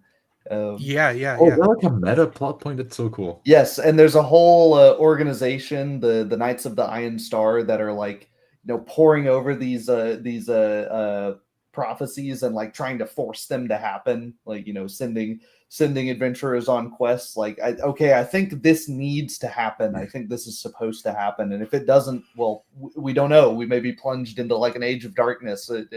That's why it's the age of lost omens. It's the omens don't mean anything anymore. It's just a bunch of rambling madmen. So, can you tell me a little bit about the monk class? Is it all like how much does it range from you're Jackie Chan to I'm Arnold Schwarzenegger beating the shit out of somebody? Quite a bit. If you wanted more of the Arnold Schwarzenegger style, that would be Brawler probably. Brawler is a hybrid class between fighter and monk. So you get your unarmed strike, but there's a little bit less finesse to it. It's just it's just beat people's heads in. Although martial flexibility requires quite a bit of system mastery, because this basically lets you pick feats on the fly. So that's rough. Yeah, it's really cool. Oh, really? But yeah, it's definitely like maybe not a first character. Yeah, you have to kind of, usually when I'm playing a brawler, I pick like a list of things that it's like, here's like 2 or 3 feats that could be useful here. And then, select from them at a given time. But yeah, for example, monk typically, and I'm using Unchained Monk here because Unchained Monk, typically if a class has an Unchained variant, use it, because it's like rebalanced. Yeah, it's just sanity checks on a lot of stuff. Gotcha. But yeah, so you'll get to hit really hard. You'll get to hit often, and you'll get to hit to the point that you stun people, which is cool. I cannot decide on a class, but I want to play the contrast to the nobleman. Mm-hmm. And I love the idea of like some guy, and how do you survive with no money and no roof over your head? I don't even know of like carrying is like what is even the law situation of carrying around weapons and all of that, or this is a hamlet kind of in the middle of nowhere, so it's nobody out here cares. There's right? Yeah, a wizard who just set up shop. Yeah, it's like the area. It's in the middle of it's right on the river in the middle of the Verduran forest. Yeah, it's a lesser tributary. There's like a single wooden bridge that goes here. It's really in the middle of bumfuck nowhere. It's so yeah, it's one of those things where I don't think many people would bat an eye or be able to do much about it, which is kind of the impetus for the adventure, right? Because every time I think about a monk, I'm like, but why not just pick up the axe or the sword?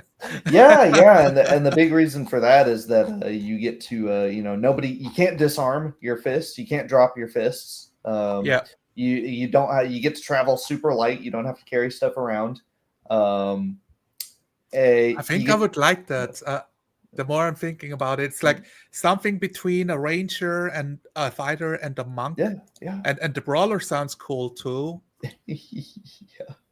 Local hobo beats up everyone. Yeah. Yep. Streets of Rage. Yeah. Yep. Double Dragon. Yep. My man. Yep.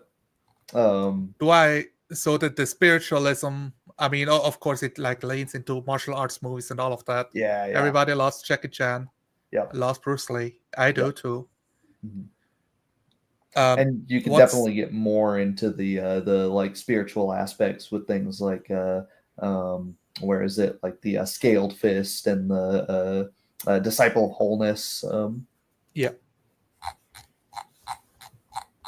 Oh, they do get weapon proficiencies. Yeah, you can use all of your pretty much all of your Eastern style weapons.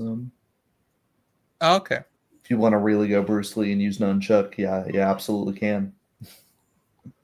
I like the idea of using slings, using like throwing knives, shurikens, or like Mhm. different versions of that, and just non-conventional weaponry. Yep. And you can use it Oh, with that's pretty anything. cool. So, your unarmed attack doesn't have to be with fists. It can be with fists, elbows, knees, feet, which means that a monk can make unarmed strikes with his hands full. So, you always have the great imagery of, Jackie Chan fighting under the ladder and, kicking Yeah. people and, headbutting, all that. So, yeah. Oh wait, does this account for weird? I just used the chandelier to beat somebody up, like get them stuck in it and stuff like that. Oh yeah, yeah. You absolutely could do stuff like that. They're really good at using a lot of the combat maneuvers with things like Right, yeah, the whole other martial system, the right, combat maneuver system. yeah. Because they also get a bonus feat at level 1. So, which could be All right. something like improved grapple, which would end up being powerful maneuvers, or catch off guard, which removes the penalties for using improvised melee weapons.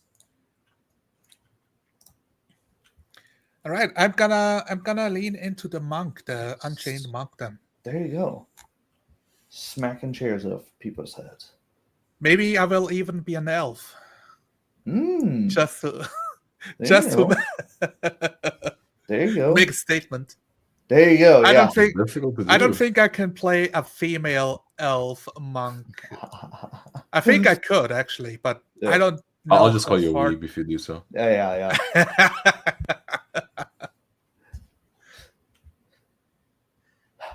Like yeah, the spiritual aspect fits more, but the whole, hey, I'm just beating people up, but I am using my chi kind of situation. Yeah, so I don't need like muscles of mountains to be able to beat people up as an elf. Yeah, and with the elephant in the room change, you'll be able to use your dexterity to hit with your fists right away. You won't have to jump through hoops to do that. Right. Yeah. Oh, I was thinking of playing like a rapier, not really like the strength kind of fight. Magus, There more you like go. a dexterity. There you But if you're gonna go with dexterity, it'd be cool. Nobleman's weapon. Yeah, that's true. I mean, I was thinking On maybe guard. going with strength just to play differently from your character. I think that'd be pretty cool too. There you go. Yeah. So there. Yeah. What would be like a weapon that a Galt noble would wield? Well, I mean, the longsword, of course, is The classic, is quite popular all across Taldor and that region. Shoot, what else? That's an interesting question.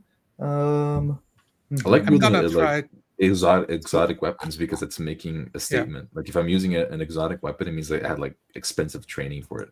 Yeah, that's true. Maybe like an S stock would be awesome. Yeah. Exotic.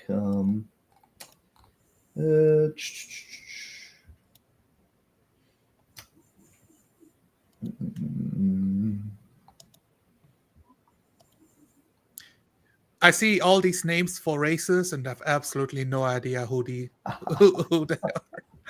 I think there's some like there's 50 something. I think if you include like every book. My God. Yeah. What if I play a rider?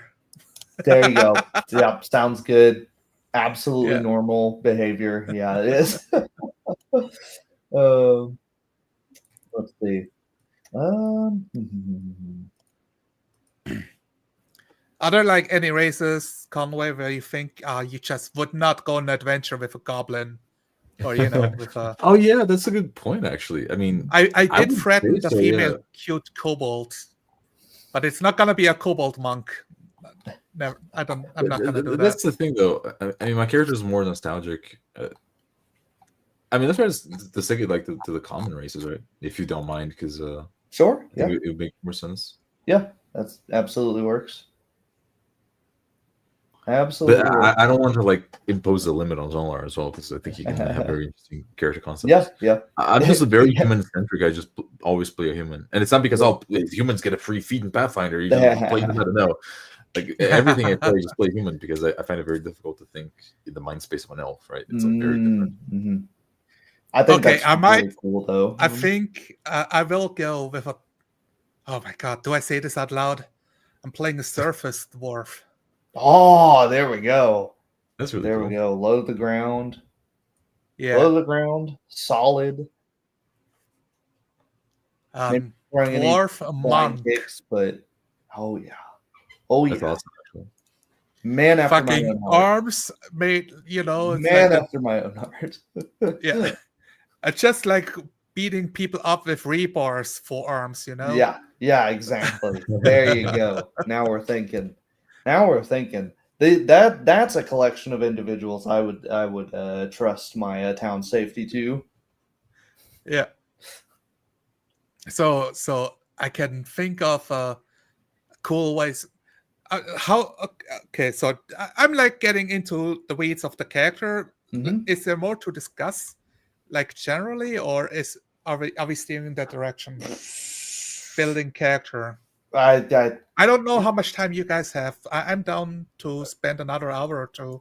I think pretty much just building character. I'll have to go help my wife go pick up groceries and whatnot here in a bit, but I've got time, and Okay. I'll definitely have time between here and next week and whenever we actually play the first session to help with building characters and whatnot. But and I don't think it's like needed for viewers to know exactly, like listening to us how every single feat works. Right, exactly. It's at level 1 especially. We're not gonna be getting into absolutely everything. So yeah, Conway, maybe I won't need to help you make a level 1 Pathfinder character at all, of course. So yeah, I just I think I saw in your document that we're supposed to do like 3d6 down the line. Is that the case? 46 drop the lowest and put it wherever you want. Okay, awesome. So it's not it's not point by creates just these really samey stat blocks over and over again. We'll roll on the crusade thing. And no traits, right? We're not using traits. Oh yeah. You get the 2 traits as a default. Oh, that's awesome. Yeah, absolutely. Reactionary, like every single person. I'm ready to drop some stats here, guys. All right, let's go. Oh yeah, I could roll just. I say that because I really like having more skills than just what the Magus gives you. Yeah, absolutely. I should probably have diplomacy. I was trained to be like a noble. I think that makes sense. Right. Yeah. And you both picked very multi-ability dependent classes, so that'll be interesting. Of course, it's it's not the end all be all if the stats are kind of wonky, but it could be really interesting. That's part of what I like about rolling stats is that you can get some interesting variation that you just don't get out of like point by, yeah. Ooh, an 8. An 8. There you go. You be I got an 8 as well. The least charming dwarf in all the land. Or a 16. There we go. Now we're talking. And an 11. There you go. So 16, 15, 11, 8. Oh, nice. That's pretty good. So 9, 12. I agree. It's pretty average.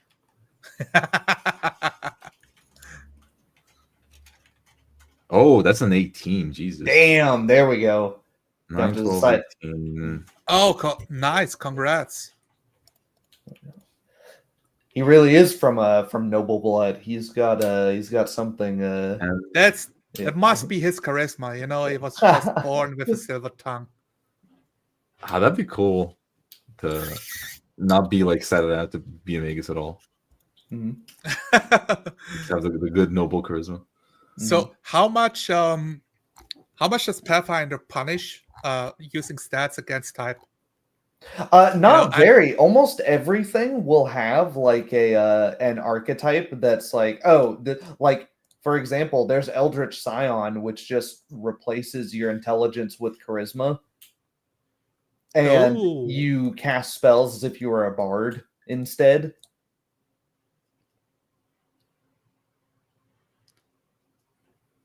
Oh, they find that spells and abilities come to them instinctively. Yep. So you get a Blood Rager bloodline, which would be very, very fitting for a nobleman. You know, you're you just get spells because of the way you were born. I love the idea that Conway's character was born on the day like the previous king got guillotined. You know? Oh, that would be very the guillotines in Galt are called final blades, and they're specially enchanted so that the people they kill can't be resurrected. So that would be yeah, that would be very. It's like slicing the soul, like yeah. What is it? It The traps strand of the soul, fates, yeah. like Yeah, from yeah, the weave yeah. of fates, gets sliced in half, Mhm, can never come back. mhm. But yeah, The yeah. weave. So there's lots of stuff that's that will give you like an archetype that's like, oh, you like sorcerer has one where it changes charisma to wisdom, I think. It's here somewhere. What is it? What's that thing called? Imperial? Is it Imperial? No, it's not Imperial. It's one of them anyways. But can I play a cute dwarf is the question, you know? You One know, that has the bakery right next to the forge and has a side shave. And you know, let's see, because there's lots of alternate racial traits. I'm gonna answer that question in good faith. and breath fully- weapon for the dwarf. I love it. Yes, yes, Just there is. belching. Yes. Wow. I'm taking the piss a little bit, guys. Let's see, where's That's one of the things of Pathfinder, and well, I guess D&D of this incredibly fantastic world. They can literally be anything, and you end up with. I mean, there's a nicer word for this that I cannot think of. Pulp fiction worlds, you know, like you got the hodgepodge of different races living alongside each other. And there's always a danger, like a world-ending danger every 5 years, somewhere in the world. Yeah, it's the D&Dification of a fantasy world. That's one of the things I like about a lot of Pathfinder stuff that isn't super world threatening. It's like, no, it's this very specific village that's being picked on by a dragon because the village has a couple of nice things, but nobody who can actually defend it. It's very small scale. It feels very very close to home. Intimate. There's the word. Yeah. I kind of really like the I much like you, I dislike the that notion of like, oh yeah, there's just like the evil one that you need to go defeat, and better summon your 2 human fighters and a hobbit thief and a dwarf warrior. And elf what wizard. there is in Pathfinder doesn't appear out of nowhere. It's like the world wound. It's this hole that's been spewing demons out onto the plains for like hundreds of years. It's like a long-standing problem that's like, you're just sending crusaders to the grindstone, where it's like, it's not going to end the world tomorrow, but it is, just thousands of people dying every year here. It's and that's awesome. Yeah, it's quite a bit grittier, It's not like, oh, there's the Shire where everything is green and everything is nice, and then there's like the world is ending just like a few hundred miles that way. Right. It feels lived in because every single country is like contributing crusaders to go and like buy time fighting in the world. Yep. It feels like that would that's what would actually happen in real life. Right. It feels like lived in. It's awesome. Yeah, it's a very cohesive world. There's very few places on the map where you can go like, what the hell? How are these people neighbors? Like, how is that not fallen apart immediately? Right. The ancient discussion about Switzerland. Why are you speaking literally 4 different languages but united? Here. But language is not there are many barriers. Language is only one of them. If you find enough commonality, you can make it work. Yeah, because we're right here in northern Taldor. I always think of Critical Role now. If you say Taldor, they fucking right. They took it. started in Yeah. Pathfinder. I always forget Yeah. about that. Yep. Yeah, this is where that's where it would be. So there's It's not Tal'Dorei, it's Taldor. Copyright. That's true. Bam. Stamp mark. That's true.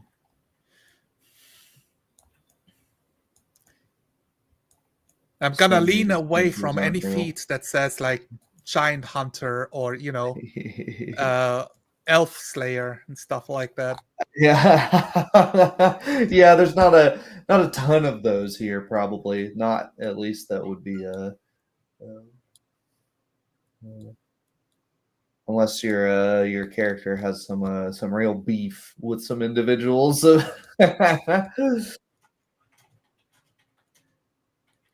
Oh, I love this one. Holy shit.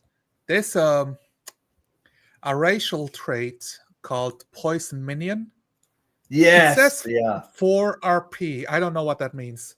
Race points? Race points. Don't worry about race points. That's if you wanted to do like, it's kind of like point buy, but for races. So if you wanted to like piecemeal, like make your own weird race, then yeah, you could set limits on like you have 15 race points to build your thing. Yeah, it's so evocative of I have been manipulated to become toxic by a drow master in the past. Mm-hmm. A slave in the underworld, so to say. Mm-hmm. And now I'm on the surface. Yep, that's level really 1. Cool one. And to like deal with the past, like the monkhood giving me a path forward, so to say. Yeah, there you go. To like channel my mind and not steal my mind where beforehand it was broken. Mm-hmm. Oh yes. Cool. Am I writing a story, guys? Am I? There you go. No, that's enough of a backstory. What, that took you 2 sentences? Yeah, perfect. Yeah, perfect. That's cool. Yeah, you should help Zonlar with the traits because you're actually pretty cool. Yeah. There's I have no clue how to like. Where do I start building? I don't even have the character sheet. well, that would help. Here, that is true. Let me. I got my notepad open. Let me send you a. How the hell do I link to this thing? So you have to share it, and you have to make it that when you share it, people can actually look at it. Right. So it's the top right share button. Yes, but that'll share my copy of this. Oh, then you want to like make a copy instead, like file. You know what? Actually, though, it would be very easy for me to, just make a copy. Boom. Oh, it has a button inside. Yep. Okay. There we go. Make a copy. Hello, Dory. How's it going? Yeah. Who let the dogs out? Yeah, she woke up for some reason. Yes, and then we will allow access. It was her hatred for the elves that woke her up, I suppose so. Get Elf Hunter on the line. Yes. Yes. There you go. Dial, Elf Hunter. There you go. That is the one I use in any case. So I have a great character concept already. Yeah, 1 feat, race, class. Well, you're like. Do we want to connect our characters in any way before session 1, Conway? Well, that's interesting. That's we could. Question. I picture my character as sort of being like an errant adventurer. He's like traveling around the land because he can't stay on one place for too long. Maybe he's being hunted. And he tries to help the people as his ancestors did before him. But he is like deep down very lost and sulking. That he grew up learning about the stories of like chivalric nobles protecting the peasantry, and now he sees like the chaos of Galt, which is why maybe he travels so far away from Galt, because this isn't exactly Galt, right? I like it to be it was destined, when we met. Something classical like highwayman overcame you on the road, like in the woods, and I just happened to be nearby picking mushrooms. Nobody noticed me. It's like, okay, some people are around. Let's stay small.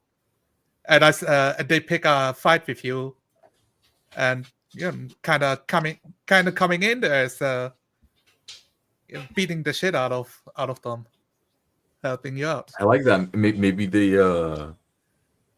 Maybe they used my character's naivete to do that to him, because he was like, I'm here to help peasants. So like, yeah, you can help us by coming in this gully with us. Yeah. Oh yeah, There's a problem over here. Yeah. that'd be pretty cool too. Yeah, come off the beaten path. A shortcut. You can help us out. It's like, wait, and now what's happening over there? Like that, those do not sound trustworthy whatsoever. Yeah. So maybe you're both kind of licking some superficial wounds on the way to this town, and we could start just in media res, like getting to the town of Bellum for the first time. I love that. And there's this big this big, like, clearly recently collapsed tower just like across the road, and people milling about, the kind of an air of nervousness, and then that's where we could start. Yeah. Sounds fantastic. I like that. Like, been together a couple days, got each other out of a pinch. And my character concept is pretty much open to adventure, so there you go. I'm ready for a good premise. Yeah. There you go. Perfect. I really like that. All right. Yep. A little bit about Taldor, since I didn't mention that, since technically you'll be in the north of Taldor, like right on the border of Galt. Taldor is basically like it's an old crumbling empire. They used to be the big Rome. Yeah, Rome or England, the big globe spanning empire where the sun never sets, but they didn't stop existing, but just like started slowly falling apart. Like, gotcha. They became Italy. That's right. So there's just these sort of like crumbling towers and stuff like that are just common sights, and people that maybe they don't even it's a group of people that maybe don't even have a baron or a count. They're just like exist of subsistence farming, and the very much big contrast between fantasy elements, guys that can sprout fields with a wave of their hand, and this guy, the CR 1/3 peasant who's hacking away in a field with a hoe. Yeah. So what do it's like people fading do away. Against? Yeah. Go ahead. It's really cool that like it's like an empire that's fading away, because then my character will see, oh, it's not just Galt that's screwed up. Like the current emperor, Stabian IV, has no heirs to the throne. There's he's been in mourning because one of them recently died. So there are people very much worried about like a potential power struggle spilling over, happening here as well. But yeah, it's an interesting place. I love it. Yeah.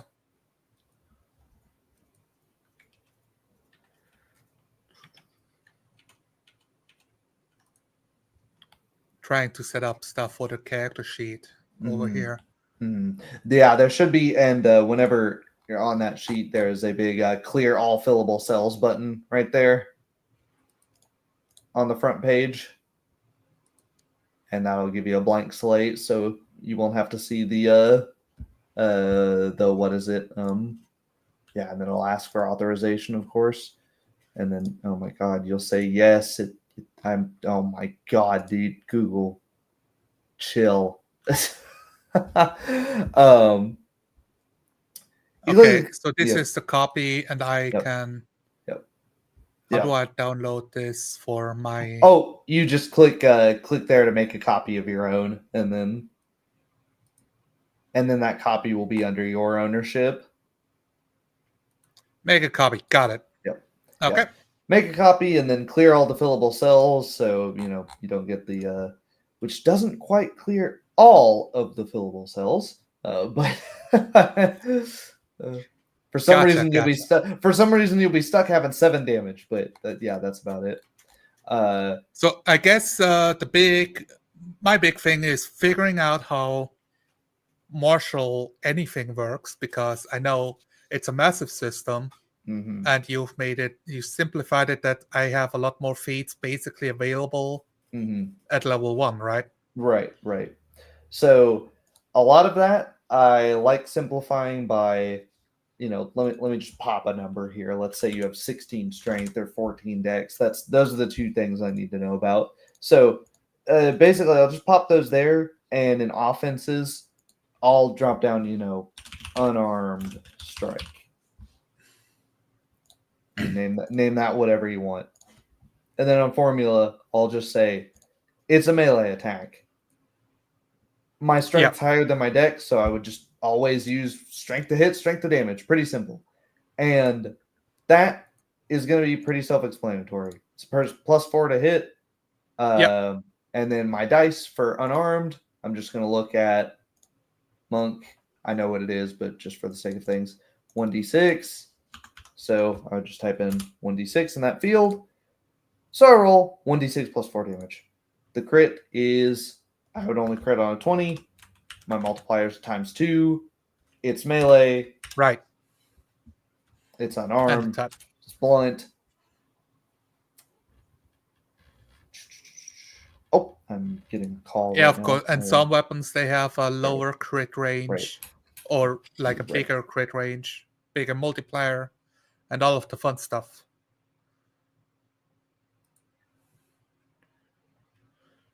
Anything on your end we still need to clarify, Conway, or are we happy of where we are at? I'll need to build this character later. I won't have the time for it. It shouldn't be too long. It's a pretty simple character. I've thinking about this quite a bit though.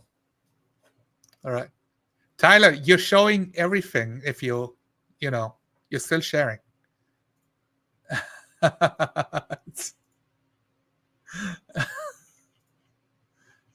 That's so funny. All right. Yeah, there we go, guys. Picking like spells is gonna take quite a bit because I want to read the spells and think what would be cool to roleplay. And I'm also gonna go out of my way to pick spells that are easy to play in the way we play. I don't want to pick like a spike growth or something like that in 5e, which is difficult. Oh, Tyler, you are. Ooh.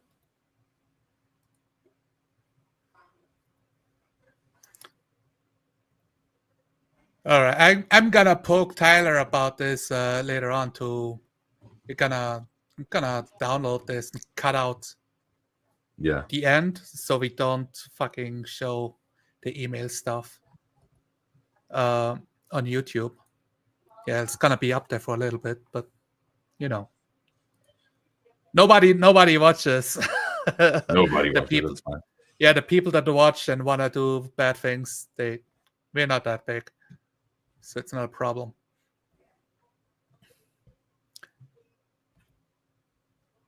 Okay.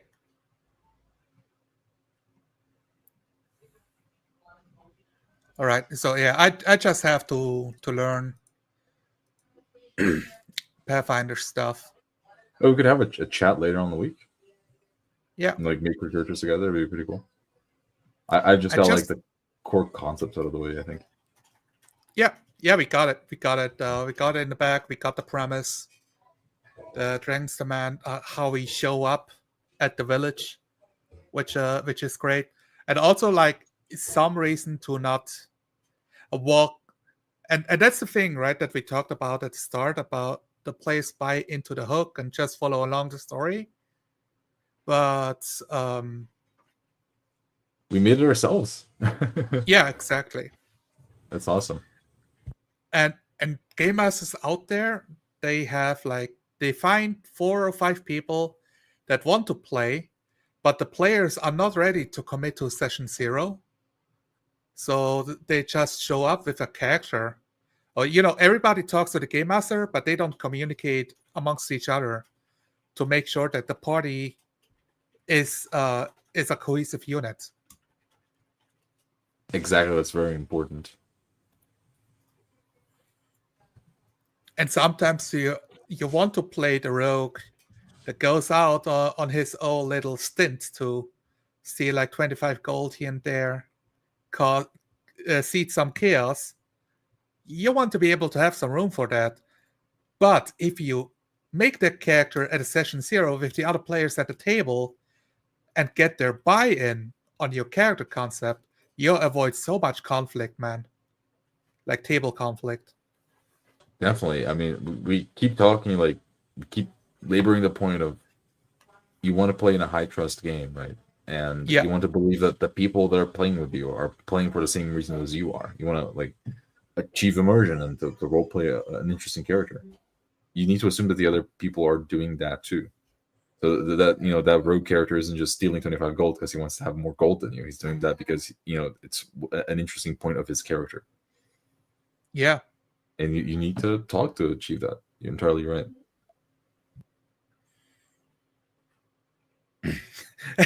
Too many Gremlin players out there.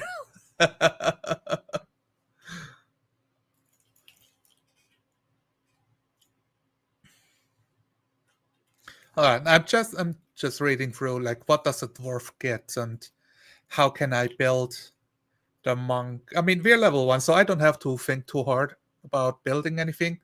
Do I have to pick a feat already? The Unchained monk. It's gonna be the Unchained monk. Bonus feat, flurry of blows, stunning fist, and unarmed strike. Oh, okay, there we go.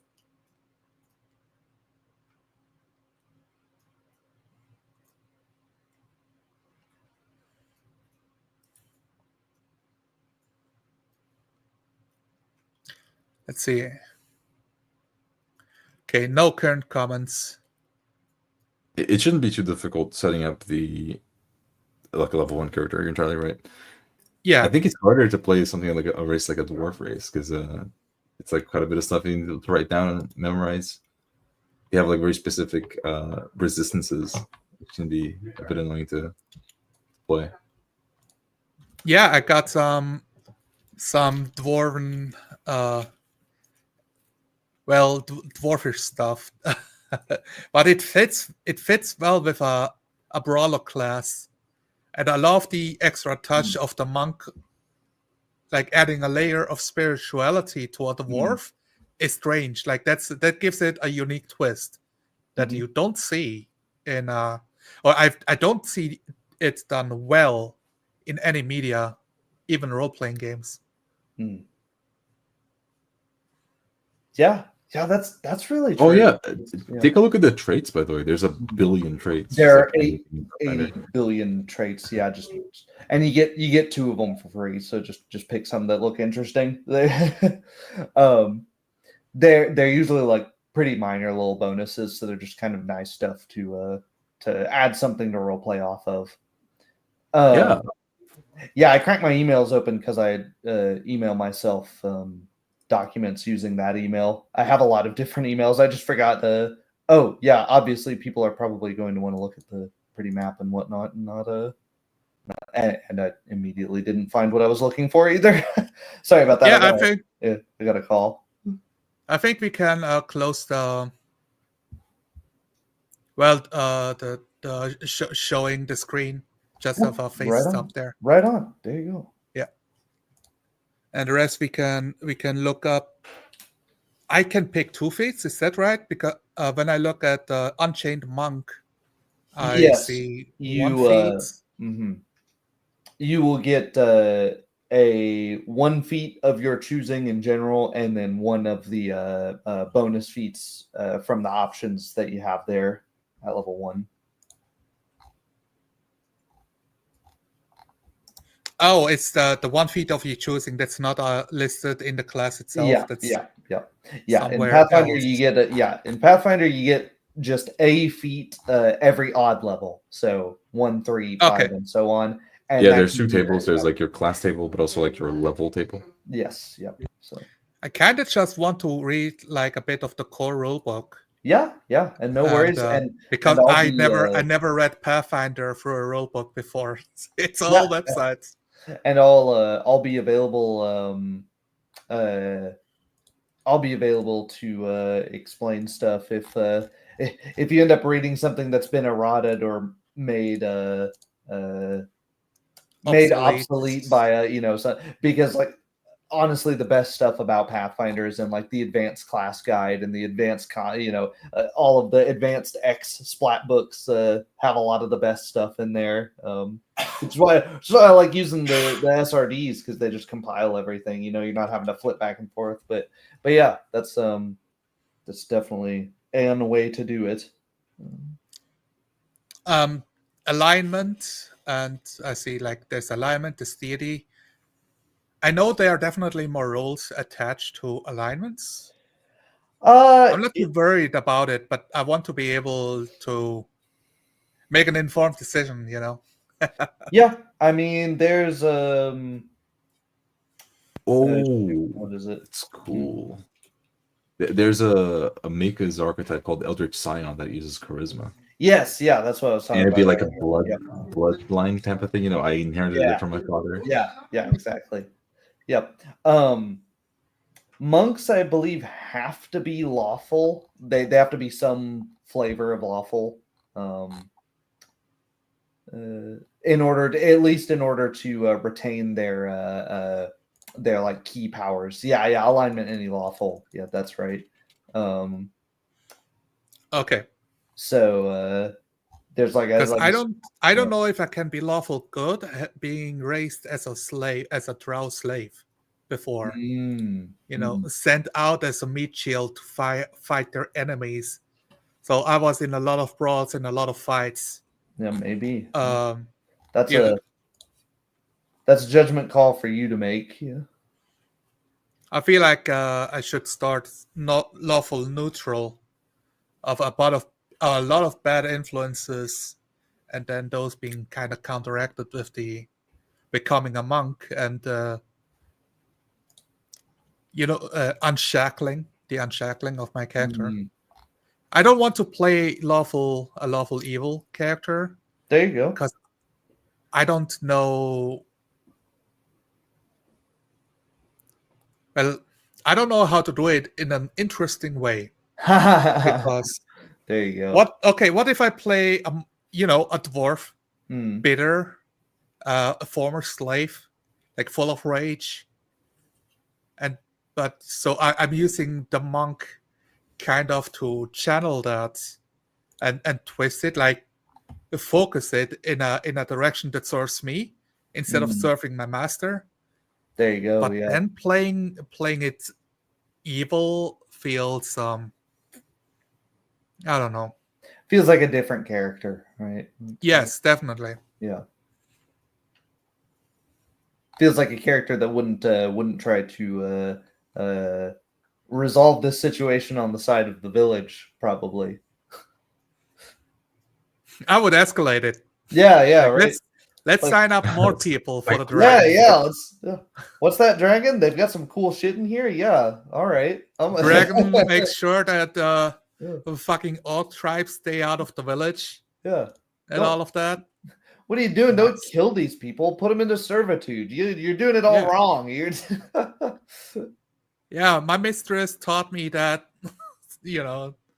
I recite the rules of slavery. Yeah. All the reasons why it's so useful to have free labor for you. All you gotta do is crush their spirits. But then I feel like our games will be short-lived, Conway, if we go that route. Yes. I think. On one end it's the acid-breathing dragon. On the other end, it's a mob of pitchfork and torch-wielding peasants. So it's a tall order either way, I suppose. But yeah, it's the module doesn't exactly expect you to side with the dragon, I don't think. People want a certain experience, right. And it's interesting because the idea of like the dragon threatening a village is just what made me go into like this idea of people that have a character that believes in like an old chivalric tales. And he's like the quintessential like dragon slaying knight or something like that. Yeah, and this is like the perfect scenario. It's the village that's too far out of the way for for anybody to really, one, But be it'll be able fun. to, and two, to care to deal with it. It'll be Yeah. fun to see like where this fantasy becomes reality. Yeah. Oh yeah, absolutely. The rubber hits the road. Mm-hmm. We'll find All out. your fantasies go out the window with the first punch in the face. Yep. And a punch in the face is what I got for you. There you go. All right.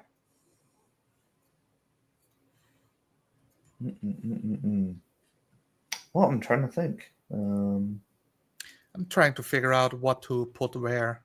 Yeah, I will yeah. definitely take advantage of strength as a dwarf. I'm not playing Dex dwarf. Though I have to it could be apologize. funny, but My folks showed up. I didn't know like how long we would be going. Oh, Are we no gonna- problem. No problem. And like this, like I said, this is would be a good stop. And my wife's about to be home anyways. She just texted me, so that's yes, let's end it. yeah. It's a good place to stop it. If you got any more questions, just send them in the Discord. Tentatively. So do we schedule tomorrow after you got your list? And Yeah, figure it all out then? that's exactly what I was going to say. Is tentatively tomorrow I will have a schedule, and then I will be able to tell you, right, we can do it next week, Thursday again, same time. There's a good chance that works. Oh my god! I actually learned. We are 2 players for an adventure that usually has 4 player characters in it. Are you just like doing some GM magic in the background because of that to make it work? Nope. That's part of the magic.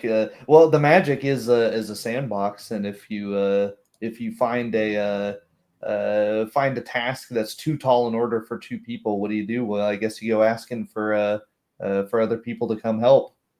I love that. Gotcha. It's awesome. Yeah, I like that. You either man up, become the Doomslayer, or you'll get more health. Right. I like it. Certainly not the only ones in this town that want to see this done. So you could. I imagine even the 2 of you, between the 2 of you, it wouldn't be too difficult to find one guy with a spear to come along and help. Nicholas, if you're still watching, that wasn't a joke. Yes, you. there you go. Yes, you have been drafted. You have been drafted. These poor folks will need more. I mean, by the time they've fallen off of one cliff at level 1 between the 2 of them, man, they're going to be drinking a lot of soup and resting to heal up those wounds. Oh yeah, we're gonna find that'll out be like interesting. under how much time pressure the characters will be Right for the whole setup and everything. Yeah, It's gonna be we're all not going to part be of able the to journey. heal, so Yeah. Yeah, and literally one of the last words of the table of contents is will this ancient rumor help them, or is this just a suicide mission? So we'll find out. That's cool. Yeah, losing is part of the fun. Right. Which is why I said, my character believes that he's a knight is going to save the day. Right, But, exactly. that But fantasy- we'll see. He is a level 1 dude against a Yeah. against a dragon. Yeah. So let's. Oh my god, I need to figure out 100 years of lore for my character because Yeah, I'm a it's dwarf. gonna be an ancient. Yeah, I mean, maybe he's literally lived in like horrific servitude for that entire life. Yeah. Like, maybe that's. Yeah, maybe, I maybe see even, like, myself. I was like, I was a slave for at least 20 years. It's not. Yeah. Wasn't a short stint. Yeah. Well, that's why they pick dwarves, is because they're good at working underground and they live a long time. They can take the abuse. It's like a really dark. Yeah. It's really I like when fantasy gets dark and has those dark elements to it. And I don't want it to be a Durgar of kind of evil dwarfs. Yeah, but, yeah. They got enslaved. Yeah. Mm-hmm. You're really like one of those like at the fringes on the edge, and something happened. Right, the whole clan died, or the fortress got breached. Yeah. And people got carried off into servitude before they could seal it up again. Mm-hmm. It's like I'm just playing Dwarf Fortress as my background story. That's what's happening here. Yeah, exactly. Yeah.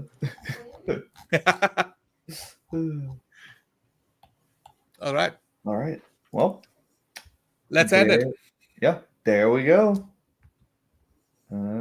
Thank you all for watching. If you did watch to this point, if you got any questions about, because there you go. There's how I run session 0. Is basically just a conversation back and forth and some relevant questions. And I usually show up like this, where I don't even have like, we are running this module. This is what's happening. No, I just have like, here's some stuff.